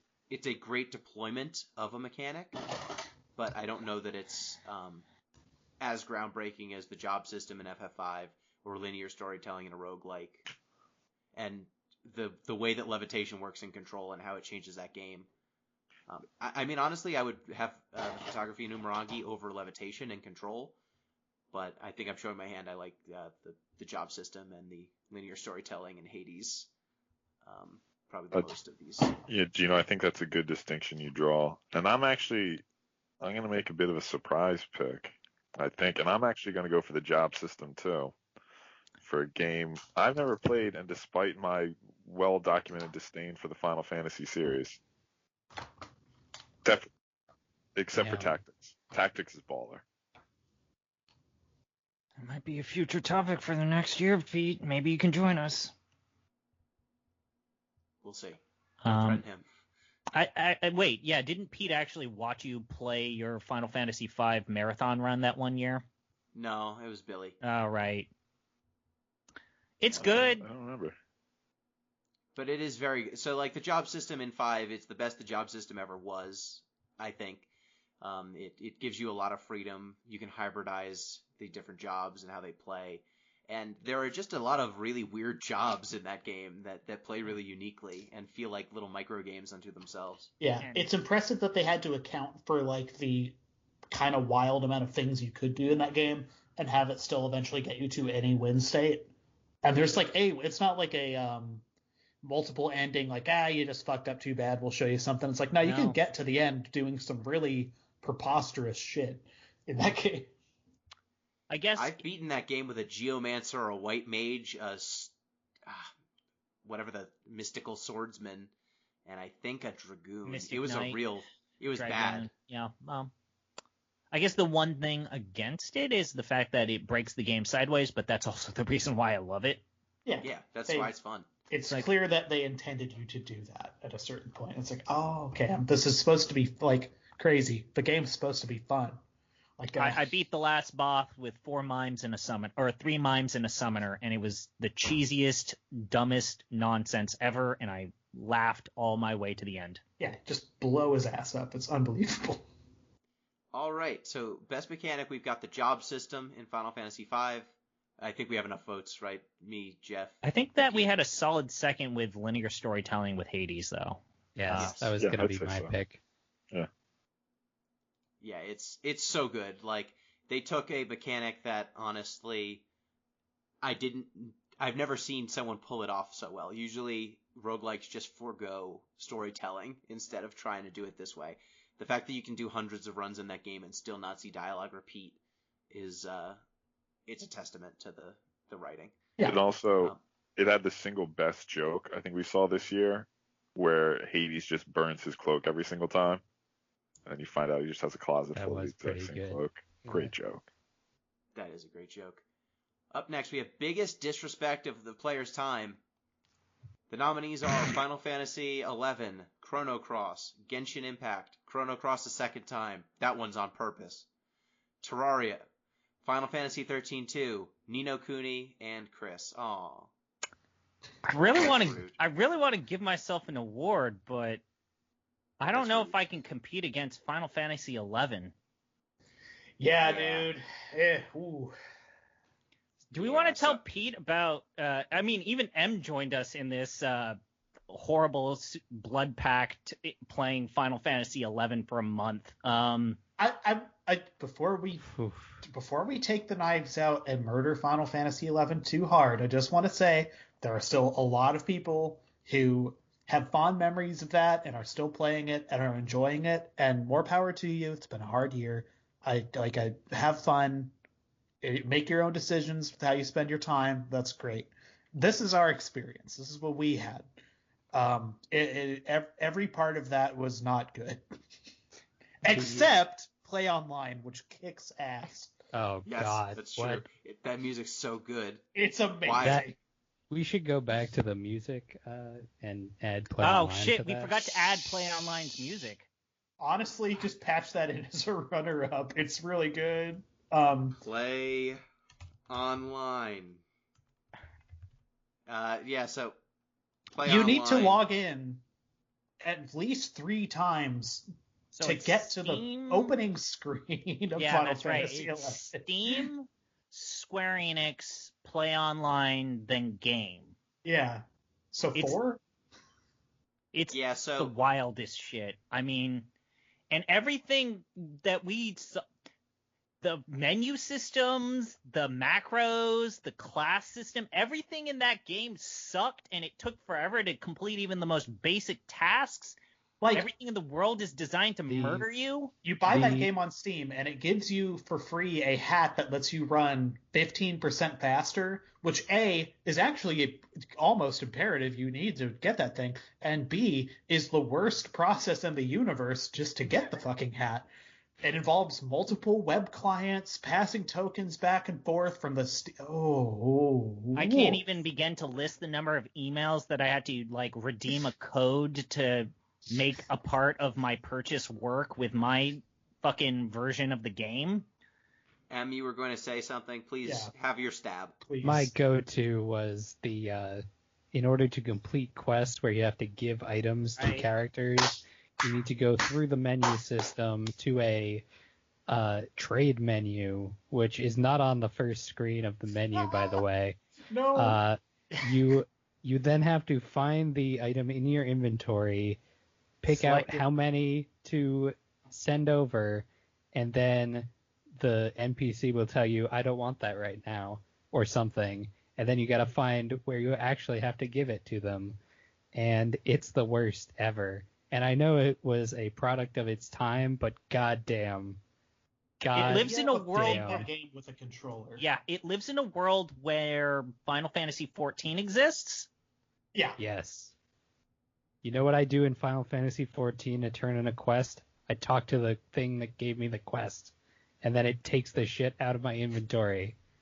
Or maybe I have to select it, but it's highlighted in my inventory. Or remember, like, having to resummon your fucking trusts, your summons, Oh, Jesus. just because you entered a new zone? It's like, Yeah. I Or remember. like going to zones and just like, oh man, it'd be cool if I could walk in a straight line, but it has like Phantasy Star 2 dungeon design level like overworld maps where it's like, oh, it'd be cool if I could go up that incline, but I can't. So Remember tack on that 10 minutes. existential dread when you entered a new world and it's like, oh no, I forgot to buy the map. Oh Mm. god. Yeah. It's Remember how big the fucking areas are? Yep. Remember how long it took us to get to one dungeon? And Also- remember when we reached that dungeon, when we realized we had to fall through a invisible trap door in order to get to the second part of the level? I do remember that. also Hey, subjective remember- choice here. Sandoria, real fucking dull starting location. The music is Yes. dull. The environment is dull compared to the other two. So if you really must, don't start there. It sucks. Space Dock was probably the right choice. Yeah. I've been convinced. If you guys are still doing this for my benefit, Yeah, so Final Fantasy XI is the winner. Everything else is runner-up. Actually, no. If I had to pick, can we give 13-2 the runner-up? Or I Chrono think- Cross? Can we give both I of them? think You can get through 13-2 in like sub yeah, 20 there's hours. literally a speed run where 13.2 is True. beaten in less than 2 hours. So I would actually say Chrono Cross. You know what? Final Fantasy XI stands alone. Nothing did. You know what? Sometimes Yeah. Sometimes Nine cows there's a to clear hair. winner. Th- This also might be a game that I think disrespects your time more than previous award winners. What was the last recipient? Fucking Nier Automata. Yeah. Oh, God. Nier Automata doesn't That's a charge good you pick, though. $10 a month. $15 a month. Or Most profitable game they've ever made. Up next, Best Twist. The nominees are: Your kids knew you were an octopus the whole time, Octodad. Would You Kindly is some psyop bullshit to explain game mechanics, Bioshock. Paimon is not emergency food, Genshin Impact. X-Death is an evil tree, Final Fantasy V. Final Fantasy XI still runs on Play Online, Final Fantasy XI. Giant Robots, Umurangi Generation. Baby, Daughter, Clone, Chrono Cross. Neil is Your Dad, Coffee Talk. It has a happy ending, Hades. You Were Dead the Whole Time, What Remains of Edith Finch. The Afterlife is a Conspiracy, Grim Fandango. Vampires, Night Trap. Conway goes to work at the distillery and doesn't come back, Kentucky Route Zero. Time Travel, still there. Fucking forget all the shit we made you learn in Final Fantasy 13. Throw that shit in the trash, Final Fantasy 13-2. Immediate Heart Attack, Ni no Kuni. And Ati is the most powerful being in Control. these Some are real all bangers here. amazing. Yeah. These are all great twists. I do have there's a spot in my heart for Immediate Heart Attack. That's Yeah. almost as deep as turns out there's a gun in Magic Pencil, which is the Yeah. best twist ever. But I don't know if you can have a twist, I don't know, 5 minutes into a 80-hour game. I disagree. I think Immediate Heart Attack Fair, is like fair. almost what everyone remembers about this fucking game. Oh, wait, Best Twist. How do we not have Going Into... Oh. Fairy Godmother. Into Fairy Godmother. That is Oh, quite dear a God. twist. You're right. That was extreme. That's the best thing in Ni no Kuni that we saw. So Fucking This is love this tough. medium. God damn. man, Ah. so the kids knew you were an octopus the whole time. It's a funny joke, but I don't think it punches. Nope. Yeah, I would stand for it, but it's not gonna land here. We got some Oh. heavyweights on Yeah. the list. So Hades happened in a happy ending. Also, don't think it punches. I think kind we of the should worst twist. probably get rid of Paimon. Paimon. Yeah. Yes, Neil Another is your great dad. joke, but Yeah. Neil being your dad, fine. It's not baby daughter clone. Vampires from Night Trap. Yeah, that's funny. That's very funny, but no. I think the conspiracy in Grim Fandango, it's a good twist. But It's part of a very good story that's very consistent. yeah. And I feel like there's a lot of prompting. Time travel in Still There. It's a Nah. good twist, but I don't. Yeah, It doesn't speak to me. No, still there. Here's your opportunity to cross out 13-2 again, Gino. I'm gonna cross it out. So the twist there is that they didn't have a good runway for a story because the end of 13 pretty much kills almost all the main characters. Like it debilitates a bunch of the main characters, so they had to completely throw out all the story from 13 and then just come up with a new story for 13-2. So yeah, let's cross that one out. Ati from Control. Yeah, Ati probably can go. I don't think there's actually a great twist in Control, but that seemed the most twisty. Would You Kindly is a dang it. I mean, it's if you made a case of best twist, it's probably the best twist. Yeah. Yeah, it's the best twist maybe in gaming. Yeah. It's up there. It's up there. It's also like BioShock. I think we can't underscore it for the 360 generation, PS3 generation. It was people's like moment of realization that video games are capable of, significant storytelling. Spawned a whole batch of insufferable people. Just Yeah. like us. Anyway. I think X-Death being an evil tree, while funny, Yeah. It's just not up there. Umurangi Generation, that ending, those giant robots are very cool, but I would say that they are of a piece with the moments leading up to it. It's a striking level, the last level. The last two levels, really. Yeah. I just don't know that there's like enough story there to overcome some of the other ones. Visually striking, but like story-wise, less so. Do we want to share our number one picks? Sure. I'm voting Baby Daughter Clone. I'm also voting Baby Daughter Clone. Is there a thumbnail version of Baby Daughter Clone? Like, what's going on here? Okay. So- all right. I'll give you two sentences. No, two sentences is not enough. Okay. Prepare for Chrono some Trigger. run-on sentences. So there is a side character in Chrono Trigger whose Pete has plot played is not Chrono resolved. Trigger. Okay. Yeah, Chrono so Trigger. Magus' sister, Shala, like in the future past or whatever. And there's like kind of implied some side quest stuff that you might be able to do in that game, but it's not really resolved. And basically the writ of Chrono Cross is, what if we resolved that? But along the way, we just made it unfathomably, impossibly convoluted. Yeah, so Shala in Chrono Trigger gets eaten by Lavos, if you remember, at the end of that section with her and Magus. Chrono Cross is all centered around what happened to Shala, and one of the main characters of Chrono Cross is the baby daughter clone of Shala. She starts out as a baby. She is also her daughter and her also daughter. a clone. Yep. Is she a clone of her daughter or a clone of her? She's that's all also three. clone? Pete, she's all all of them. three. She's her baby, her daughter, and her clone. And Can when she you win best twist if it's entirely gibberish? Yep. We haven't even talked to Pete about the trans-dimensional dinosaurs that are working with the dragons. That's not on this list. Or the fact that your dad is a computer, is a furry, is a god. It is magic. Chrono Cross should just win best twist because it has like all the goddamn twists. Yeah, follow-up question. If the entire story is twists, are there any twists? Vince Russo presents Chrono Cross. I got that, Jeff. Yeah, that one's for Chris.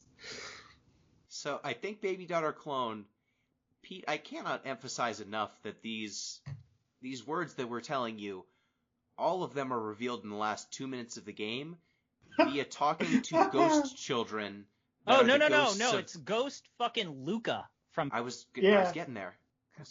They're the ghosts of Luca, Chrono, and Marl from Chrono Trigger, and they tell you all of this in 3 long dialogue sequences that are optional. You can also miss this. All right, I'm willing to accept this as a victor. I've been convinced. My brain is twisted. I think we've railroaded you twice now, Pete. Would you like to pick the second place? Chris, would you not Chris? God damn it, Pete, would you kindly? Yeah, Would you kindly pick second place? I will actually pick Would You Kindly for second place as the canonical video game twist. Yeah. If yeah. not for Chrono Cross being on here, it would almost have to win. But I forced M to watch the ending of Chrono Cross with me, and M is still angry at me for what I subjected her to. Fucking miserable. But it left such an impression that she voted for it to win Best Twist. So Hashtag baby daughter clone 2020. Yes.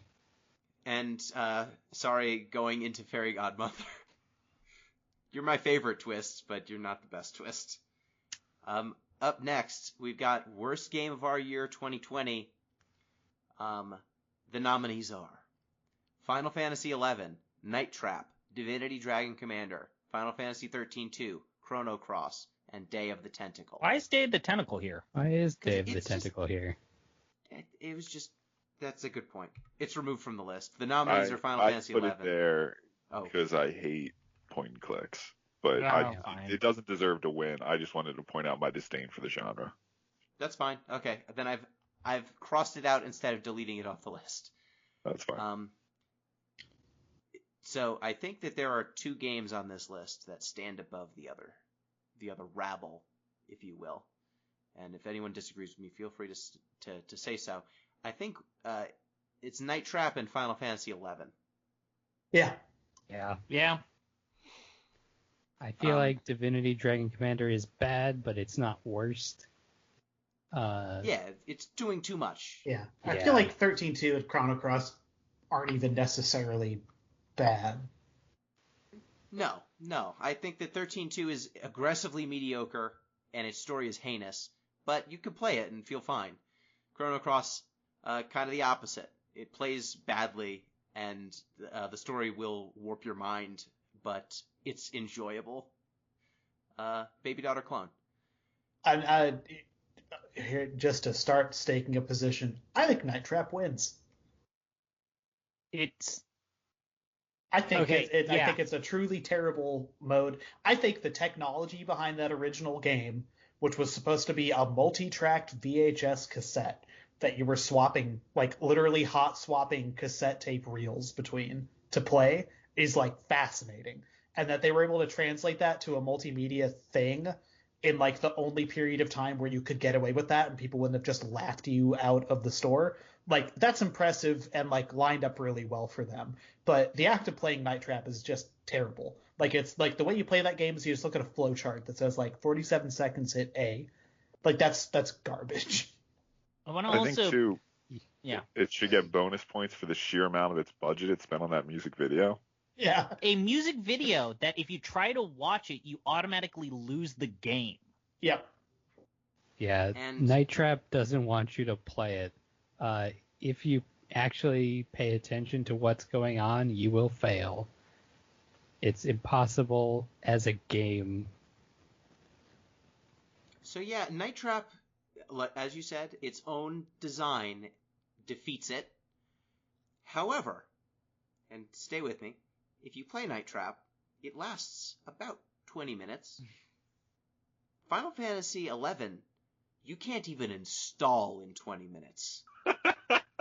Yeah. Oh, yeah, he's not lying, Pete. It took us it took us 1 day to install the game and all of its DLC. It took another day to set up accounts and to like rejigger the settings so as that it would run and it not look like it was running on a potato. Had that game running windowed at 1280 by 1024 the whole time I played it. And I felt like it was just duct tape holding it together. You can't change the game's resolution without quitting out of it. It has a separate executable file that you need to run in order to click compatibility options. Yes. Just to make it run on modern graphics cards. Yeah, it's a separate program to change your resolution. And the font size. But also, to get the items that you paid money for, you have to go to a separate website, enter a key, and then redeem it onto your page. A website. Look, and you get 1 month free. Only 1 month. I'm going to wake up in a cold sweat tonight from my Final Fantasy XI nightmares. I can't. Like, this comes down to you guys again. I'm having a hard time because, like, I mean, how much of like the impact and legacy of Night Trap can we subscribe to it for this nominee? Because if we look at like what Night Trap ended up doing to the entire industry, but it wouldn't have mattered if Night Trap was good. Like, that wasn't their issue with it. Yeah, I mean, like Night Trap. I legitimately think one of these from just purely on the as a game part, like getting Final Fantasy XI to run is a bad time.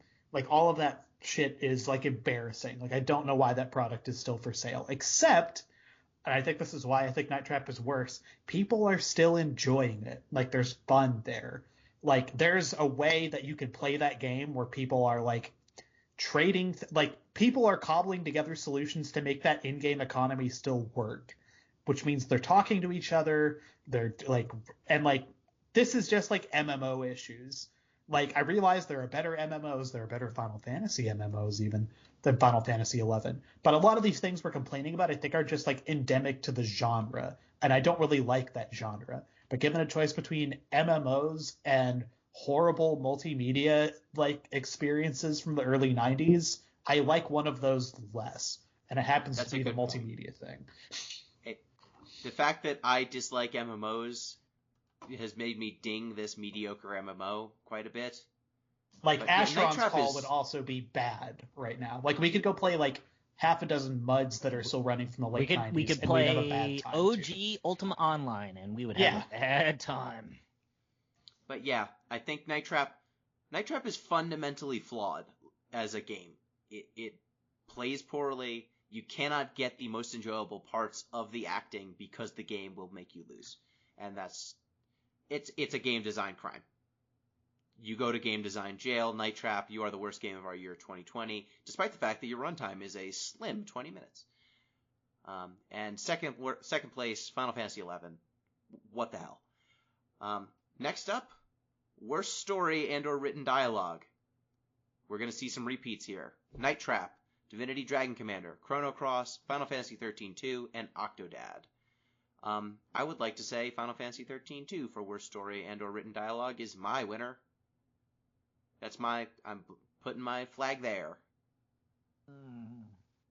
Just based on the way you described it, I'd probably pick Chrono Cross. Yeah. Like, Night Trap's dumb, but it's not really bad. And same with Octodad, it's supposed to be dumb. And Divinity was just like meh. So, I have not gone in on 13-2's story on this show because I did it so many times during the actual Final Fantasy 13-2 podcast. To explain why I think this is so bad, it is a time travel plot where you don't really... Most of the characters are poorly defined. The ones that aren't poorly defined kind of suck. And it cannot commit to any of its time travel rules for more than 2 seconds. Anytime something is inconvenient for even a second, they just rewrite the rules and then ask you to forget about it. We forgot to include Caius make a not committing suicide as a best twist. What is your counterpoint, Em? Everything Chrono Cross did. The ZP, explain the dragon dinosaur. So imagine, Pete, that we live in an alternate dimension where Ayala actually is not born and the dinosaurs are victorious and exterminate humanity. That's a separate timeline. Okay. And so in that separate timeline, they're communicating with the dragons that exist in some sort of islandy alternate dimension, which the humans of the current timeline are observing from their science lab because they want to recolonize the planet there. And then there's a supercomputer that happens to be a supercomputer that's controlling the world, that's also your dad, that leads to the supercomputer takes your is my dad? The supercomputer takes the corpse of your dad and then converts it into a furry man Counterpoint everything that he just said. But also all of the accents, like written dialogue, Gino. The accents, Okay. the ticks, the cues, like actively bad. If we're going on written dialogue specifically, yeah, I've been swayed. So just if you are unfamiliar, Chrono Cross, in order to have 45 fucking characters, instead of making unique dialogue for each character, it just made a template and then applied filters that put accents on that template. So all of your characters have stupid accents. There's a character, kid, baby daughter clone, oscillates between an Australian, Cockney, and British accent, sometimes all in the same dialogue scene.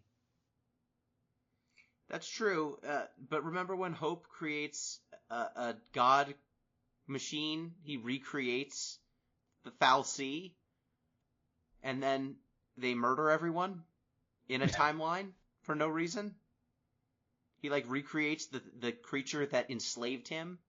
And then remember when there was a time loop, that the solution to the time loop was yelling at someone who wasn't in the room or in your time period, and then he just realizes what's going on through osmosis? Okay. Hey, remember when changing the future changes the past, and that's a central tenet of the story? Yeah, not only a central tenet, they say it fucking constantly. Every 5 hours, someone's like, if you change the future, you change, and everyone just sits there like, wow, dude, that's great. Right. Oh. All right, let's everybody, where are you putting your 2 pennies down? Okay. I put it on 13-2. Chrono Cross. Chrono Cross. The written dialogue, it's got to be Chrono Cross. Fine. Got to be Chrono Cross. 13-2 is also not good. Chrono Cross decision. The winner of worst story and/or written dialogue is Chrono Cross. The runner-up is Final Fantasy 13-2. And our next award is Pete's Personal Award, the Jean Paul Sartre Memorial Award for game that best expresses the ultimate futility of the human condition. It's an annual gem in the Trenchies. Pete, your nominees. Yes, I know this is what everybody's been waiting this whole time for, so I'm glad to deliver. A lot of strong contenders this year. The nominees are What Remains of Edith Finch, Umaragi Generation, Not for Broadcast, World of Horror, Grim Fandango, and Kentucky Route Zero.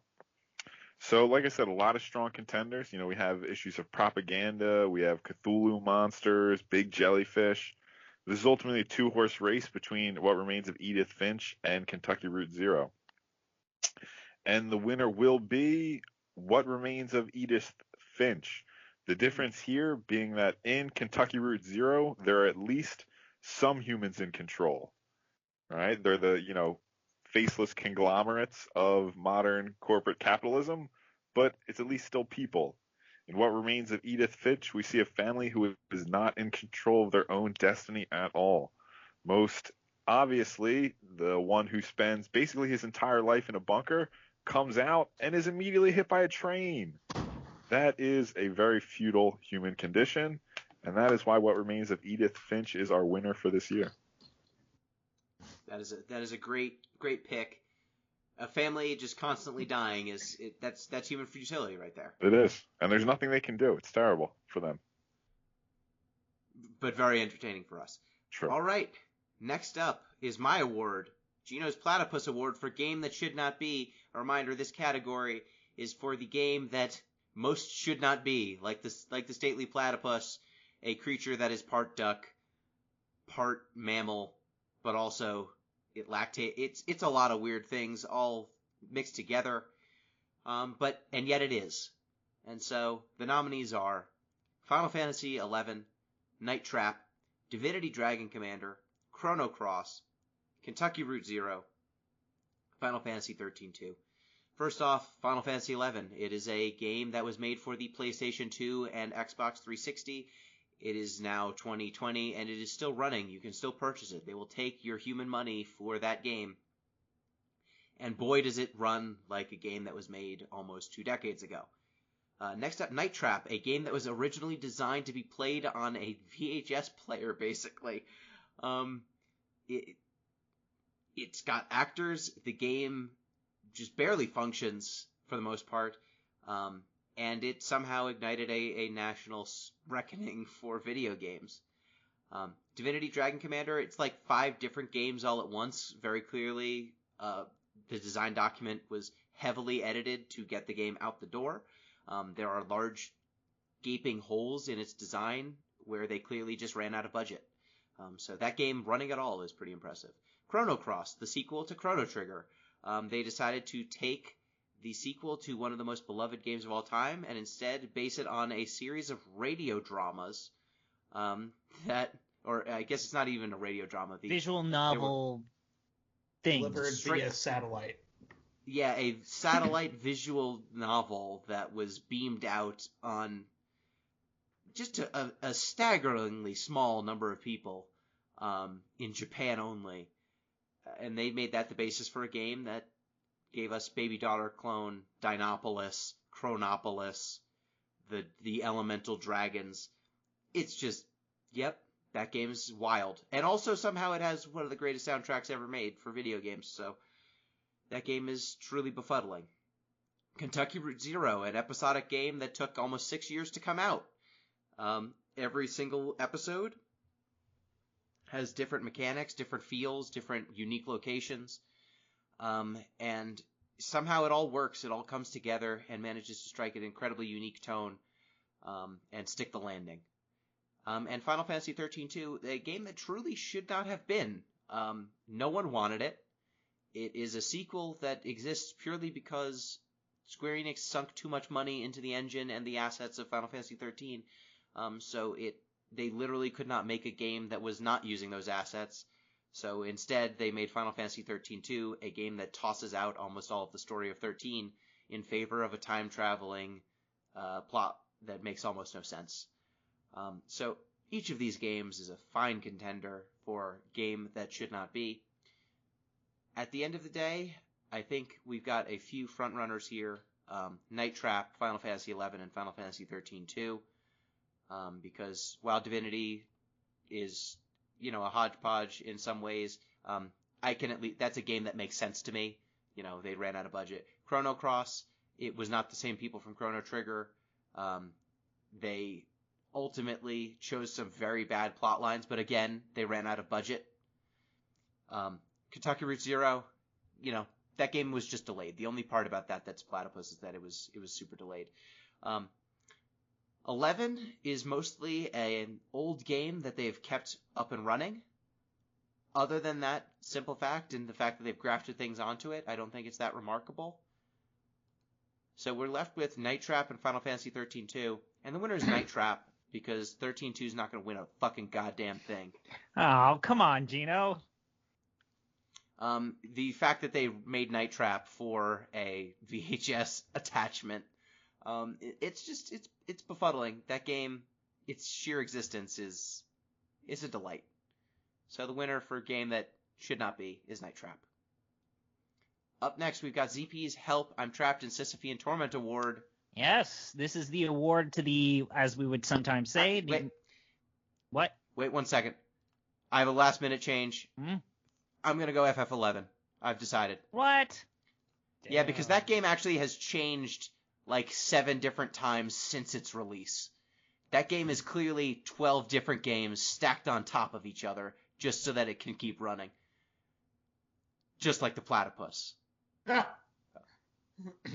Good. Okay. All right. ZP. So I will go with my category, the Help I'm Trapped in Sysiphean Torment Award. It is a combination of the bad game or most annoying game that lasts a long, long time.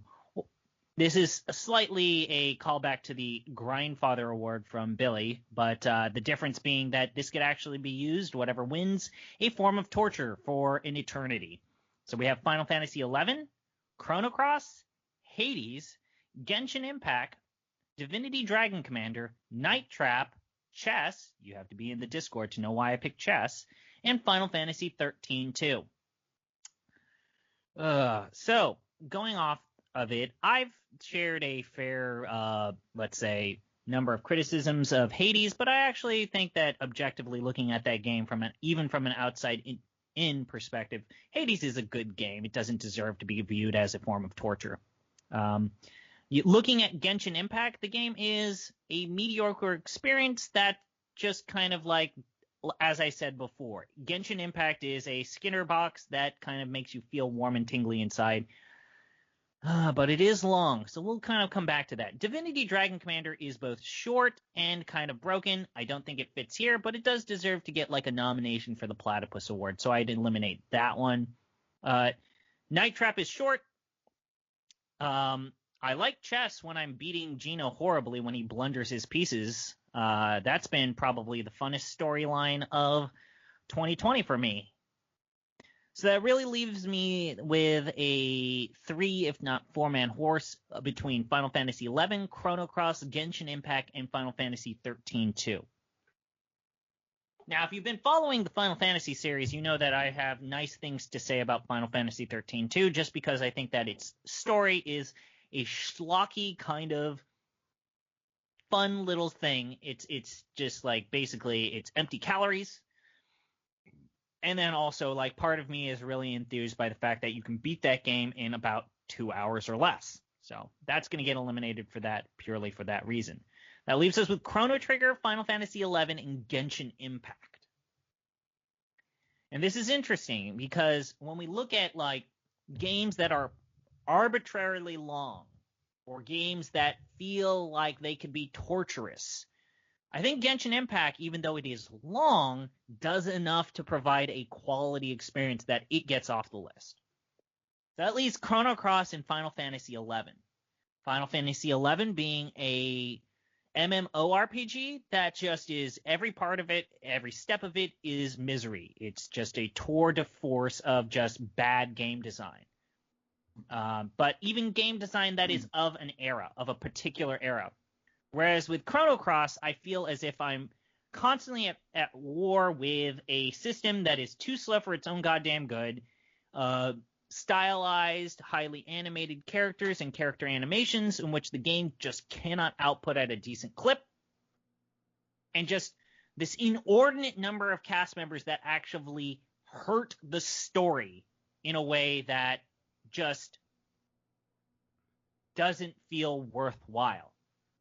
So I'm really torn between these two candidates. And I'm sorry that Gino ended up taking my thunder here, because when I think about Final Fantasy XI and I think about how I ended up playing that game for about 50 hours, well beyond what the rest of my co-hosts for that Final Fantasy XI podcast did.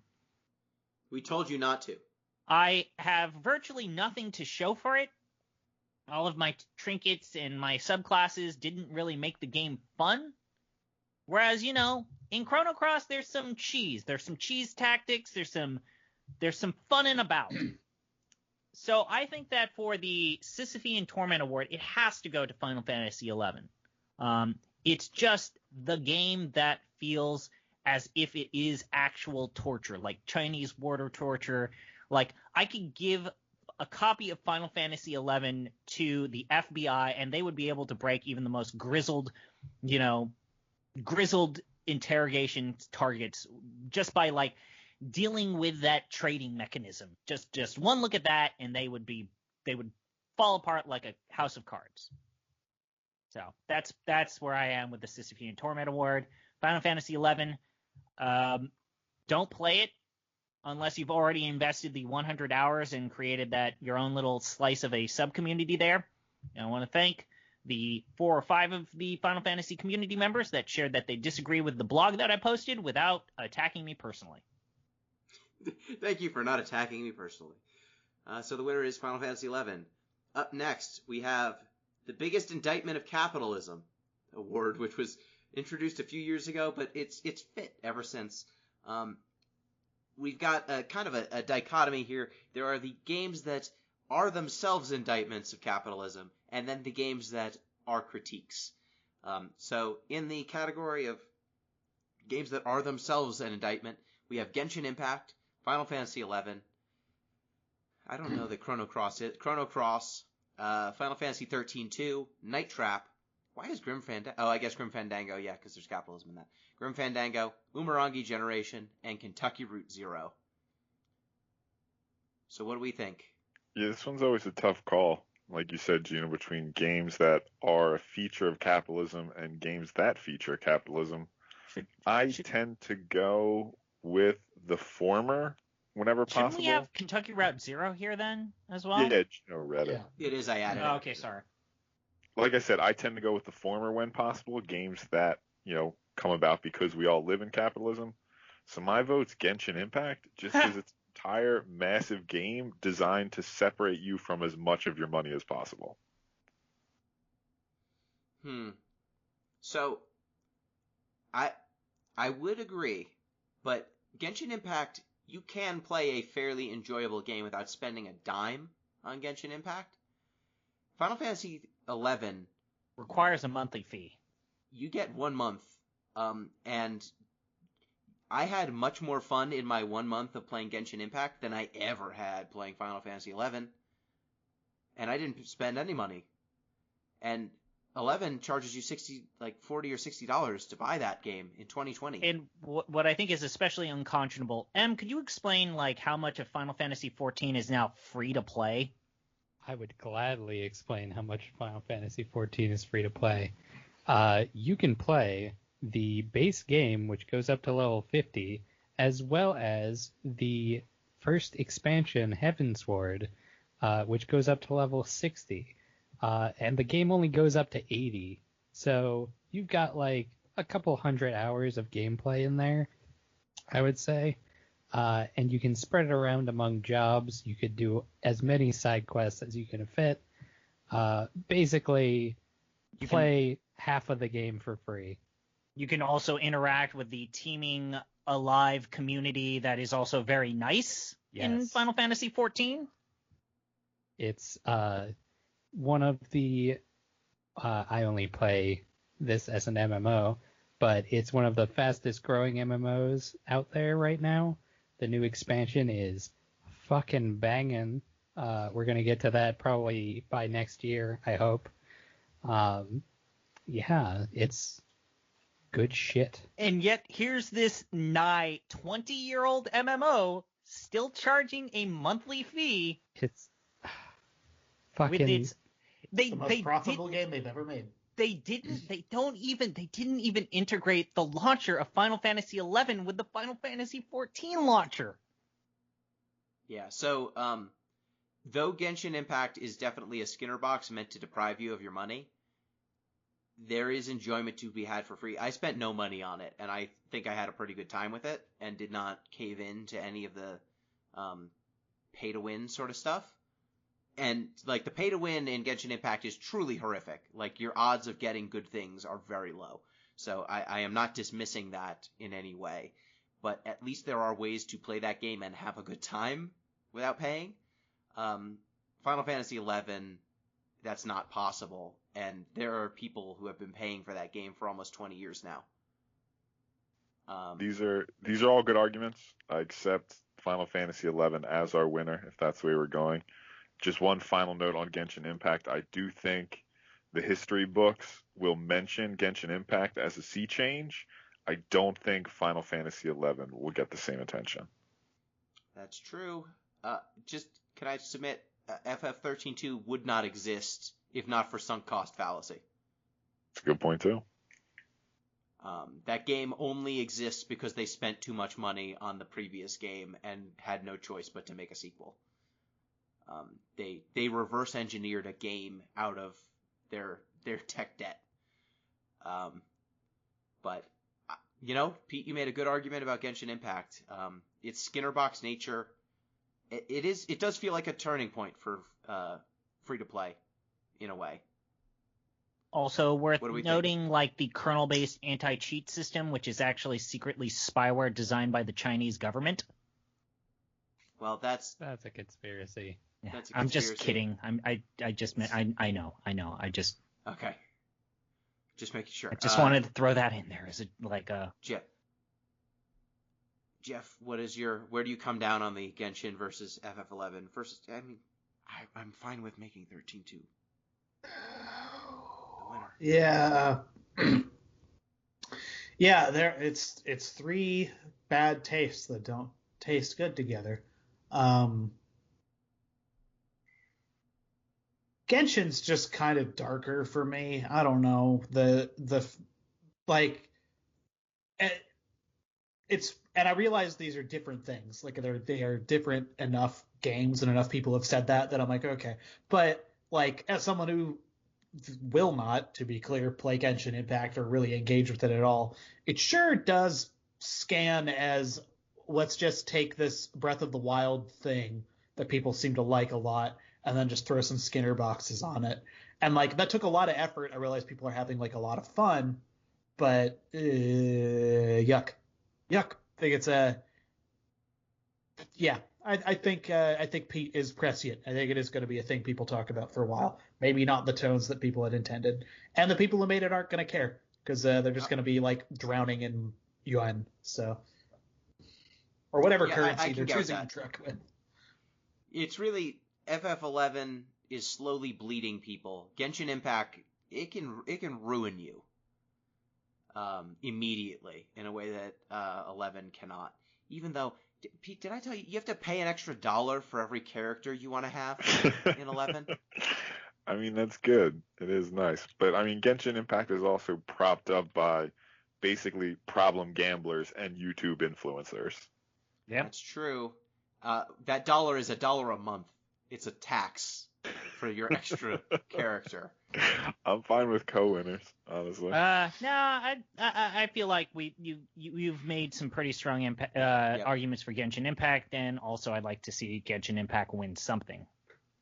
Yep. So biggest indictment of capitalism, Genshin Impact, runner-up, Final Fantasy 11.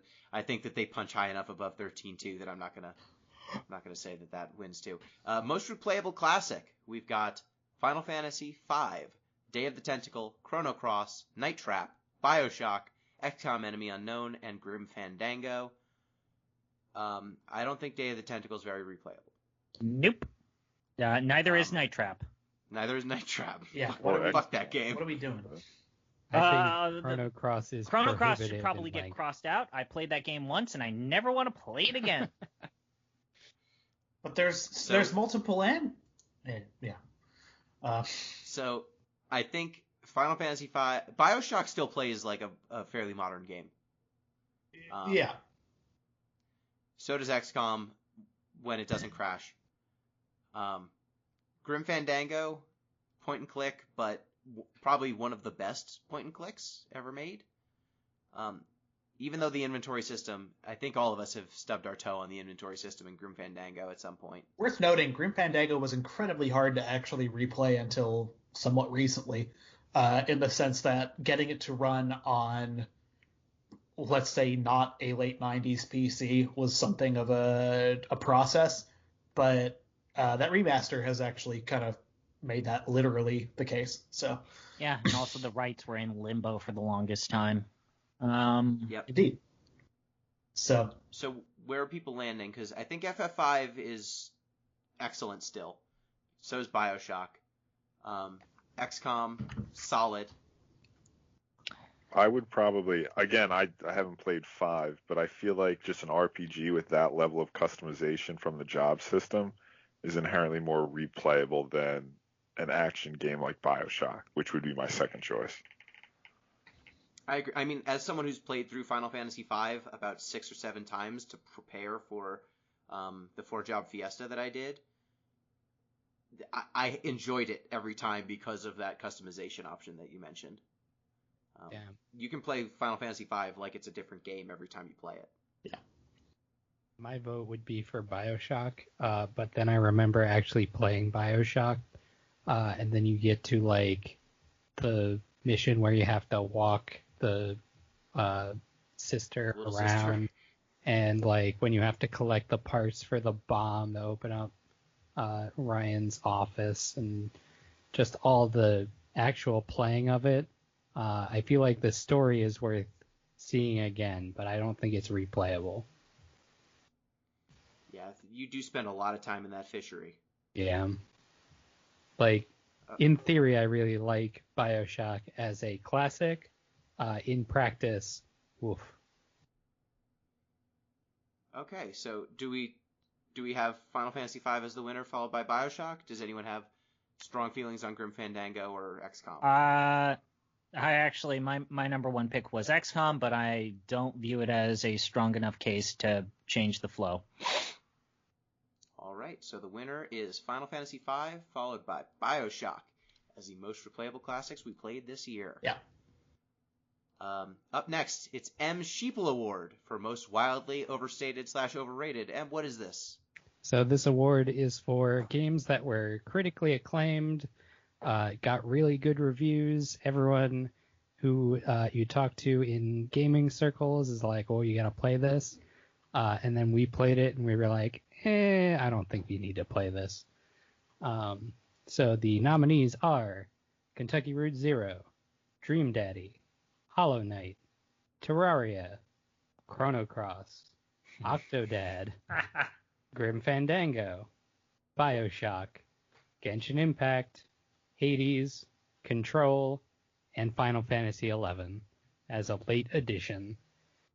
Only because ZP got a bunch of hate for hating on Final Fantasy XI.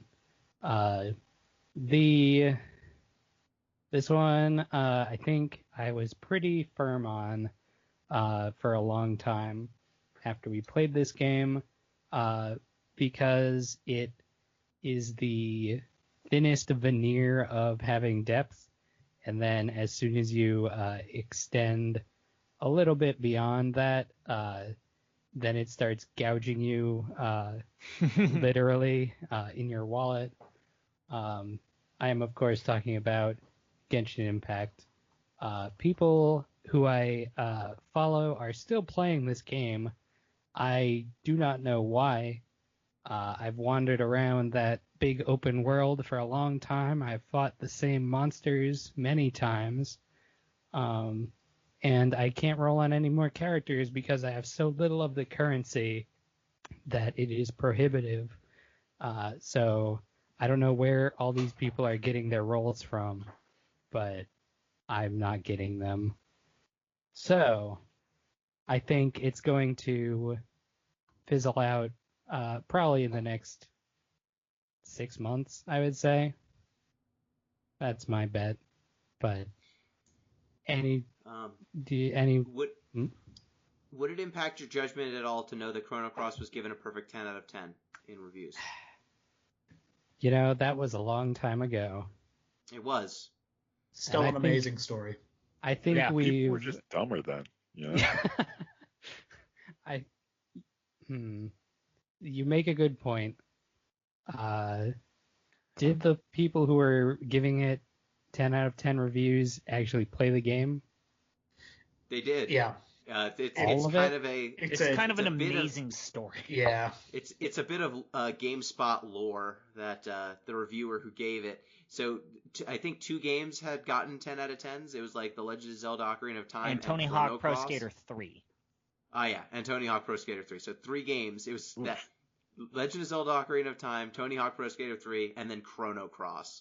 And it was a freelance reviewer, and they turned in their review, and someone said, "Oh, this is a 10 out of 10, huh?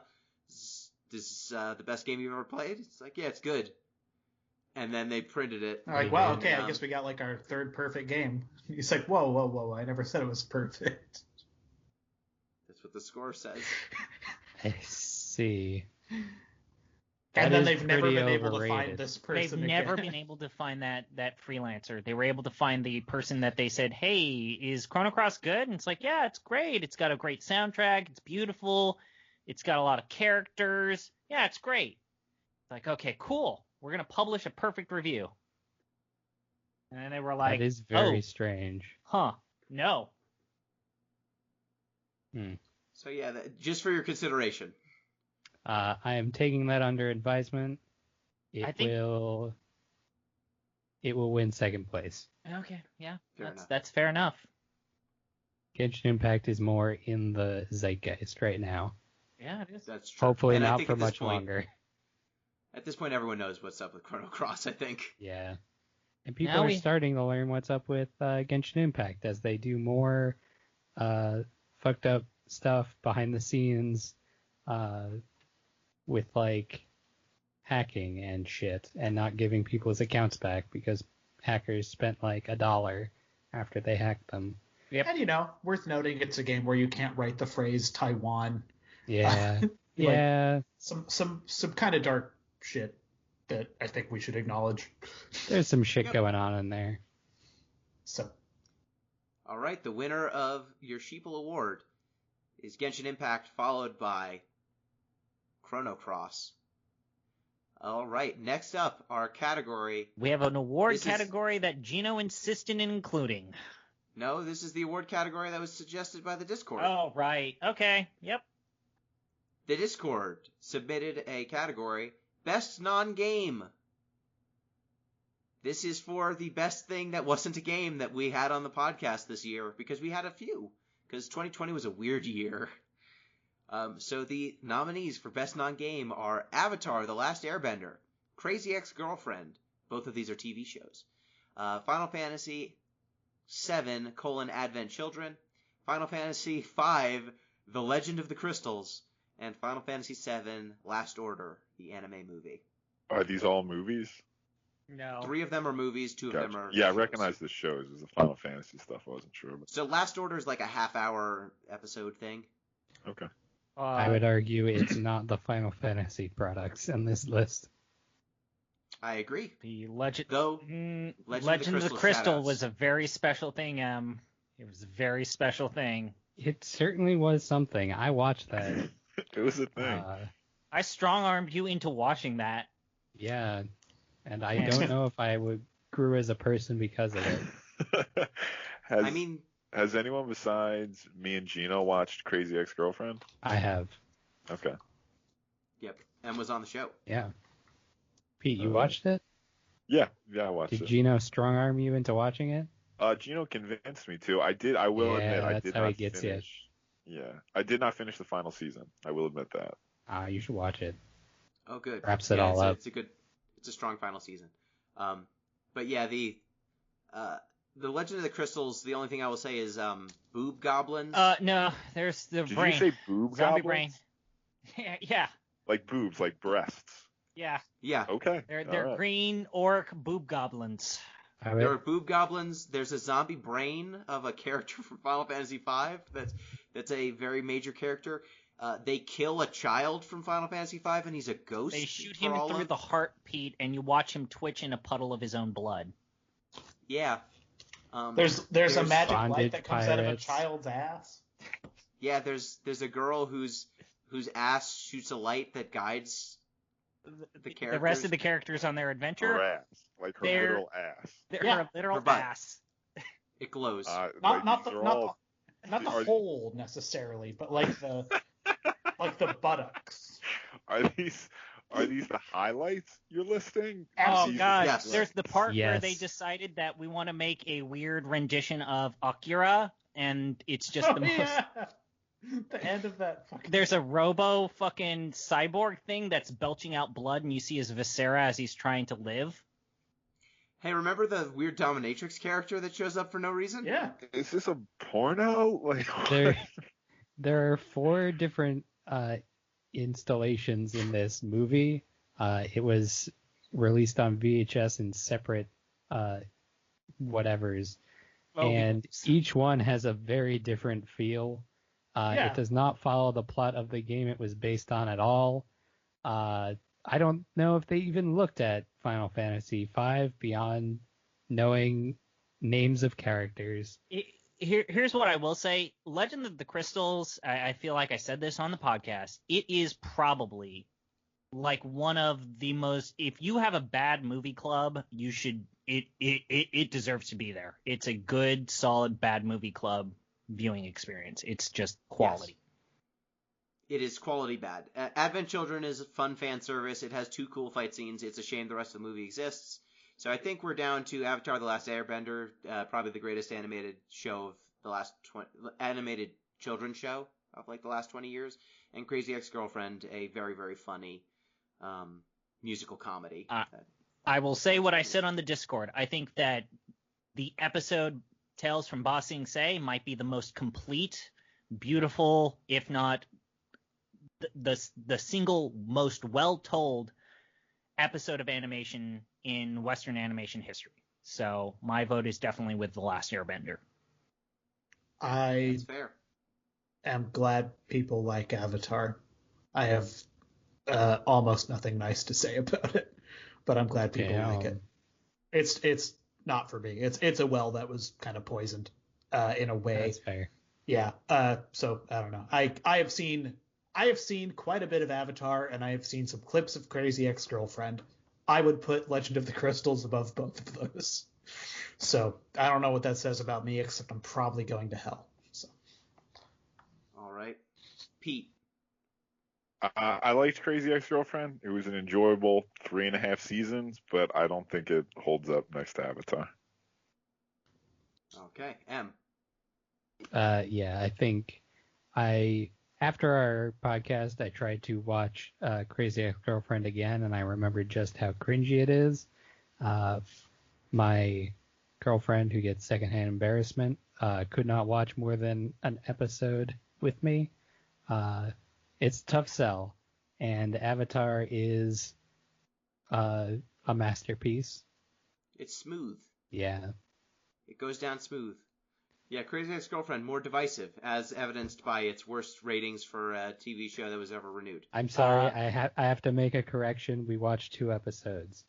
I'm being messaged on Discord by my girlfriend, who is sitting right next to me. I will actually change my vote to Legend of the Crystals so as that joining with Jeff is the second place winner. Monsters. Seems a little spiteful, but I like it. You literal monsters. All right, fine. My vote was for Crazy Ex-Girlfriend, but that's fine. I get that it's cringy, but I enjoy that style of humor, so it's fine. So the winner is Avatar: The Last Airbender, followed in no specific order by Crazy Ex-Girlfriend and Final Fantasy: The Legend of the Crystals. All right, and now our second to last category, Jeff's isolated corner where he still plays Rock Band in 2020 CE. Hi, I'm Jeff, and you may know me from hit shows like Hardcore Gaming 101's Top 47,858 Games of All Time podcast, and also I did the Sega Does reboot for a little while. That's cool. And I've been on this show a couple times, and now I'm on the Game of the Year show, and it sure is fun. But I have a problem. I can't really complain about free-to-play mechanics or people burning their money, because this year I spent voluntarily a lot of goddamn money on Rock Band. Rock Band 4 specifically. It is my Game of the Year. Small backstory. I played a lot of Rock Band in college. Had a good time. Liked it. Got married this year. Got married in January. And we decided we wanted to do karaoke for it. And I was like, rent a bunch of equipment. I was like, or I could use Rock Band. So I just went deep into Rock Band 4. It was an excuse to buy a Fisher-Price guitar again. And it's like, well, if I'm going to do karaoke, you need a lot of songs. Yeah. And so just did lots.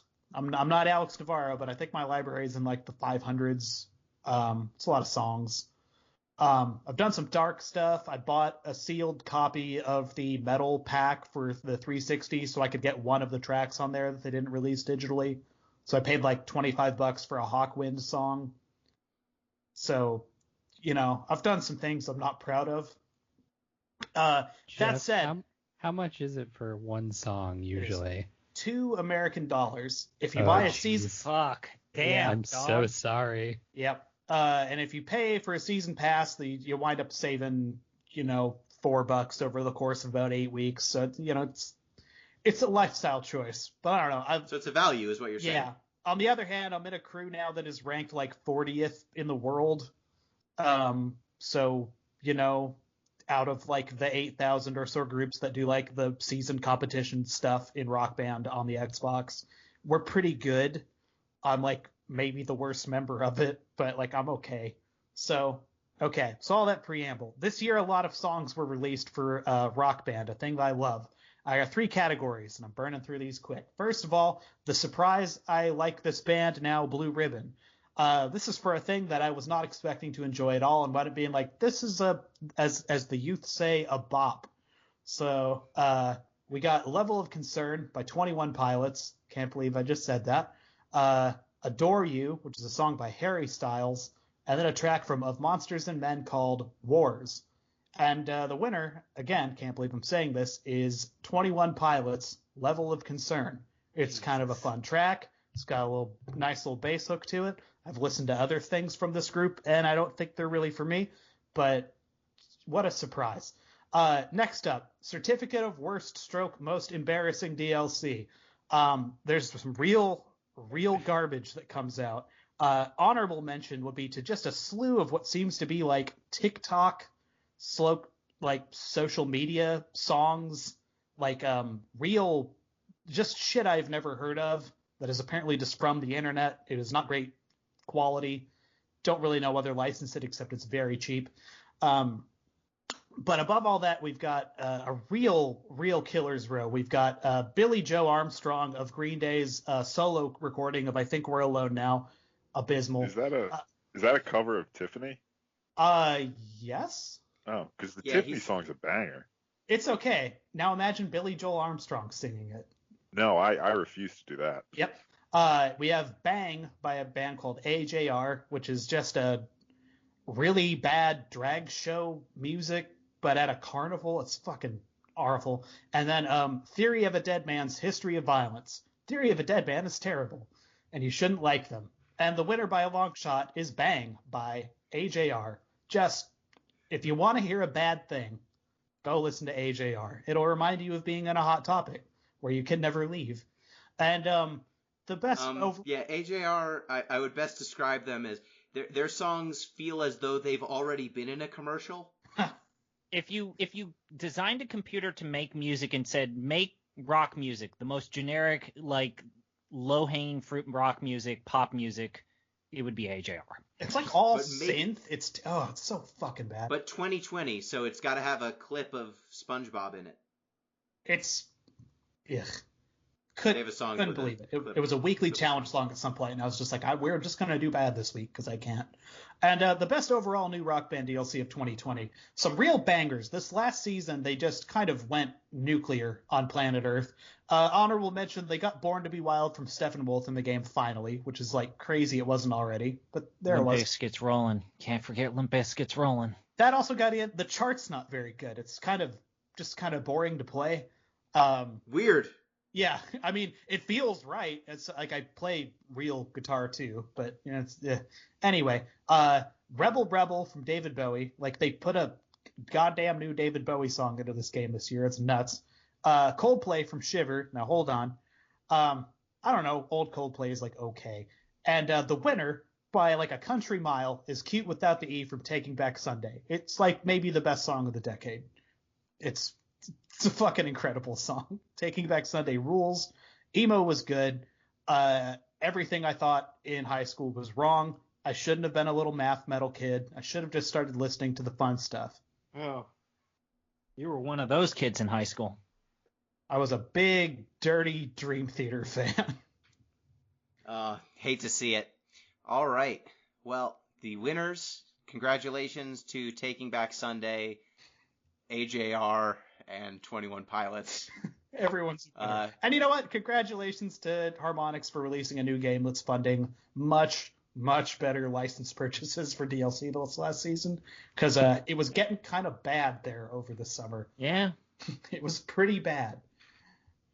All right, now the final category. We got here. The end. Congratulations, everybody. We're here. It only took Game of our year. Let's do this. Oh, God. Every single time we talk about it. Game of our year 2020. The last category where we pick what was the best game we played in 2020.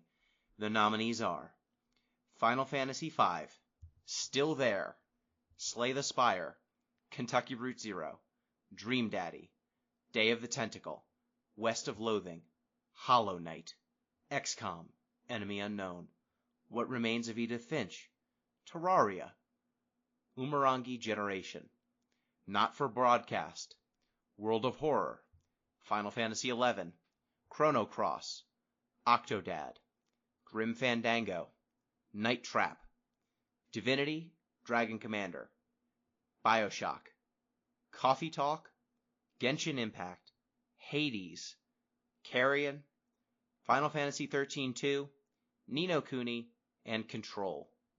I'm going to go ahead and remove the games that are actively bad from the list. We played a lot of good games this year. We did. It's a problem. So I'm going to go ahead and get rid of Not for Broadcast. I'm going to get rid of Final Fantasy XI. I'm going to get rid of Chrono Cross. Get rid of Night Trap. Divinity. Someone crossed out 13 too, but fine. Preemptively crossed off 13-2 for Gino. Carrion. Get rid of Carrion. And Carrion's not a bad game, but it's not going to game win. of the year. Ni no Kuni. Same thing with Coffee Talk, Ni no Kuni. Fuck. I'm trying to see if there's any low-hanging fruit here. Still Terraria. there. Still there. Terraria. Yeah, get rid of Still there. West of Loathing. Still there in Terraria. I don't think is going to be Game of the Year. No, West of Which Loathing. one was that, Jeff? West of Loathing does not make it. Sure. Neither is Day of the Tentacle. Sure. Sure. Slay the Spire doesn't seem like it. I'm not going to argue for Yeah. winning. Genshin Impact isn't going to. Yeah. Yep. Compromised. Octodad, I think, can go. Octodad can go. Okay. Hollow Knight. Yeah. Oh, That's definitely one. Okay, so the list right now is Final Fantasy V, Kentucky Route Zero, Dream Daddy, XCOM Enemy Unknown, What Remains of Edith Finch, Umurangi Generation, I hate World this. of Horror, Grim Fandango, Bioshock, Hades, and Control. I hate this. This XCOM? is- Get rid yeah, of XCOM? sure. Strike. Yeah. A lot of good games on this list. Ugh. Edith Finch. Yeah. Edith Finch? Yeah, you can drop That I'm fine with hurts. letting it go. Yeah, it's You're okay with that, Em? a very good game, but not the best. I mean, if you World of Horror? see, this is like Yeah. these Very good. existential dread games. Like if I'm trying to like see if I can pick one, and I think I'm more erring towards Kentucky Route Zero. Yeah, Jeff, you seem the highest on World of Horror. Are you okay with getting rid of it?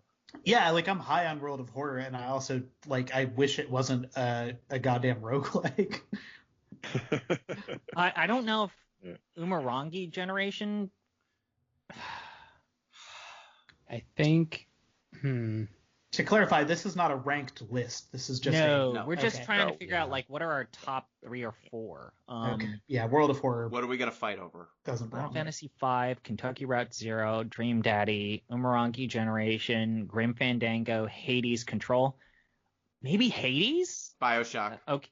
Really? Bioshock. No, Bioshock is Bioshock's still also there. Okay. in there. Dream Daddy? Fine with letting it go. Okay. Okay. I think I it's don't the know. most heartwarming game in there, the most Best- positive. Best Thirst Trap we played all year. Yeah. True. I don't know. Pete, you really need to if you should check Twitter, the thirstiest game apparently is Hades of this list. Really? Oh, Yeah. Jesus Christ. Stu People- says very thirsty. People should go to prison for the things they're doing with Hades stuff on the Yeah, internet. yeah. So you remember when they turned like all of the Overwatch characters into hardcore pornographic delight characters? I do. I remember that a lot. that has now been applied to Hades. Okay. No, thank you. We can just end the internet. I think it's run its course. All right. Do we There's think, actually a really good PBS Idea Factory episode about why certain games like that end up getting a lot of porn. Mm-hmm. So we've got Final Fantasy V, Kentucky Route Zero, Umurangi Generation, Grim Fandango, Bioshock, Hades, and Control. Just gonna throw something out there.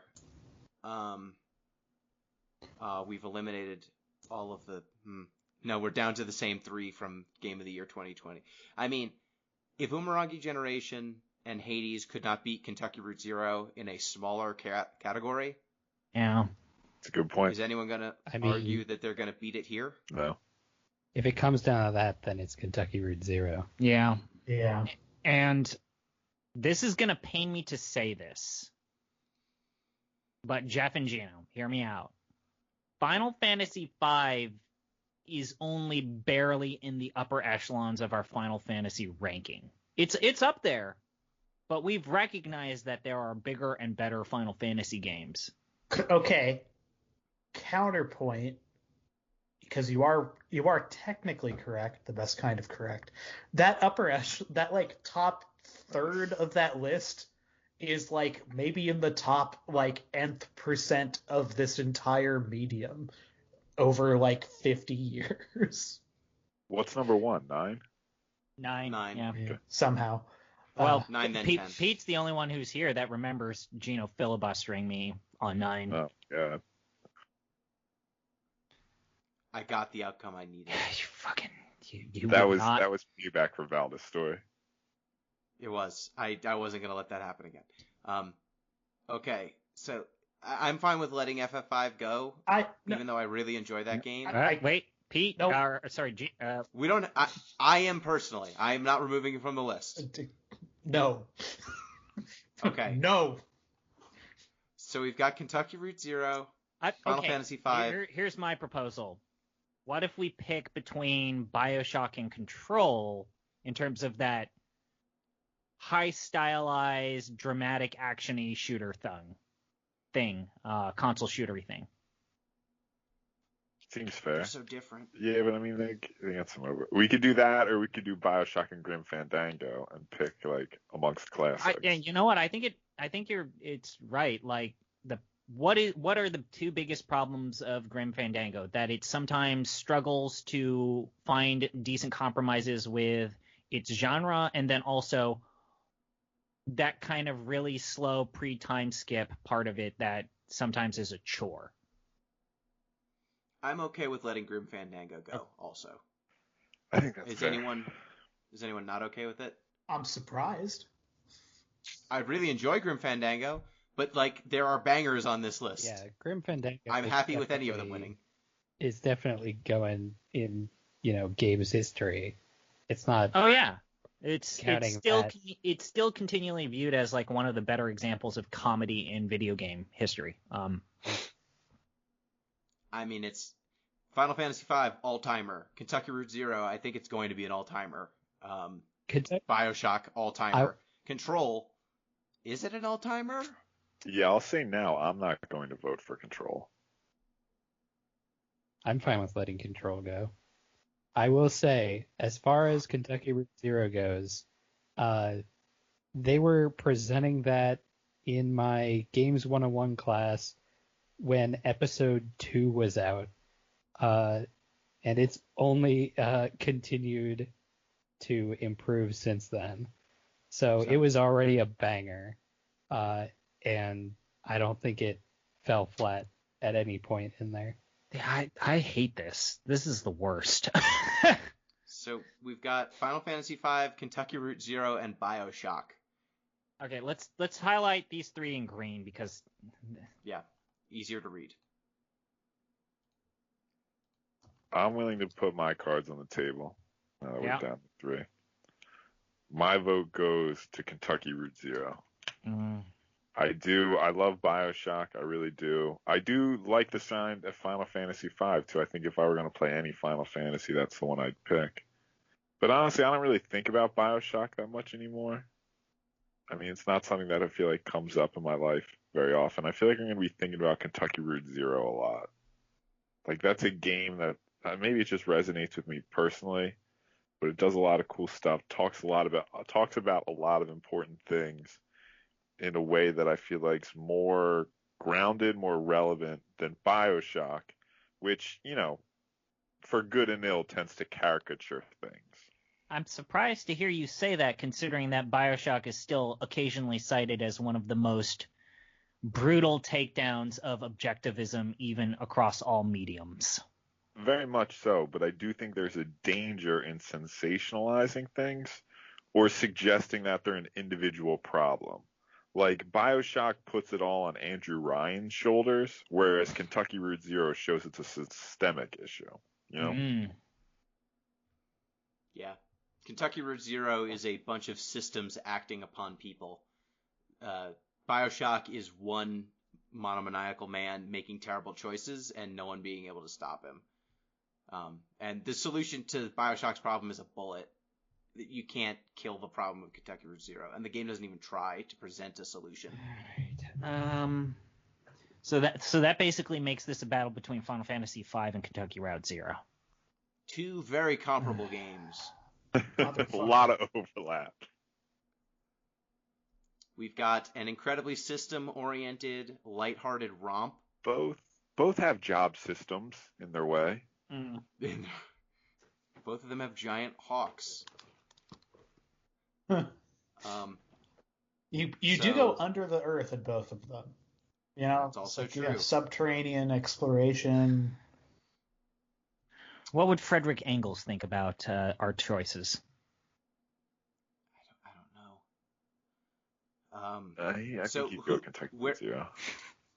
So Pete, you are in the Kentucky Route Zero camp? I am. M. I'm also going with Kentucky Route Zero. Okay. ZP. I'm going Final Fantasy V. Okay. Jeff?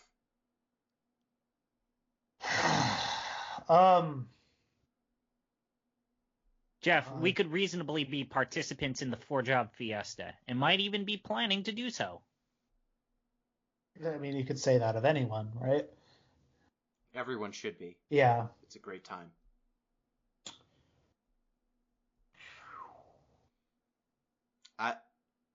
Gino, V, you pull the trigger first. I'm not doing it.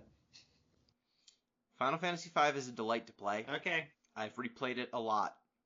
Kentucky Route Zero might be one of the most incisive games we've ever played on this show. It's a real thinker. It's a game that I intend on showing other people. And just like to say, hey, here's this piece of media that really speaks to this moment in the world. Like 2020, our current economy, our current state, and has some intelligent things to say about it in a way that few games have. Like the actual layout of that game and the way that it changes from episode to episode, how you move on the zero, the fantastical elements. It plays like nothing else. Final Fantasy V is an improvement on Final Fantasy IV and an improvement on Final Fantasy III. But I can see the lineage. Kentucky Route Zero feels wholly different. It's a truly unique experience, and that elevates it for me. Though I fucking love Final Fantasy V. I played that game like 10 times. Yeah, okay. Just to be clear, like, I don't know, I don't want to give Kentucky Route Zero this because it's like the most period of these. It's like a lot more than that. Yes. Like, yeah, I can't articulate it any better than you just did. I'm okay with that. Final Fantasy V is maybe, it's like when I'd put off playing for a very long time, because you learn about this series and there's only so many goddamn games in it, and I don't think I've had one of those games over deliver in the way that 5 had ever. Like it really bowled me over. But as you said, it's a really good one of those.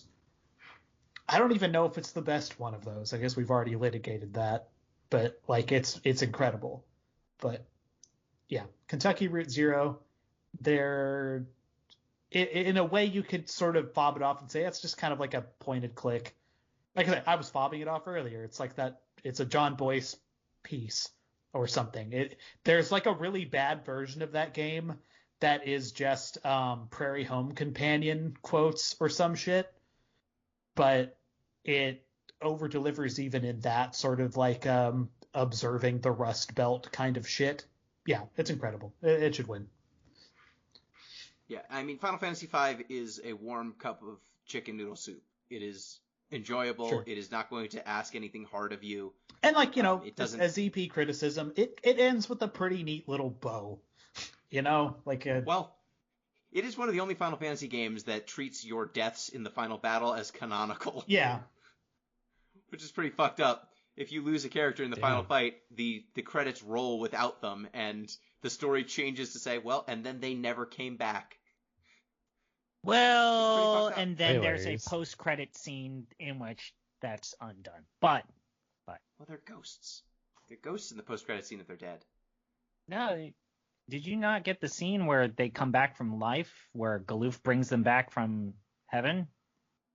Oh, no, I didn't see that. We haven't Okay. played this game. You're spoiling shit! it. I changed my no. Yeah, it's Kentucky. Congratulations. All right. Okay, I'm fine So- with that. Oh shit! Fuck. Game of our year, 2022, is I'm Kentucky done. Route Zero with runners-up Final Fantasy V and Bioshock.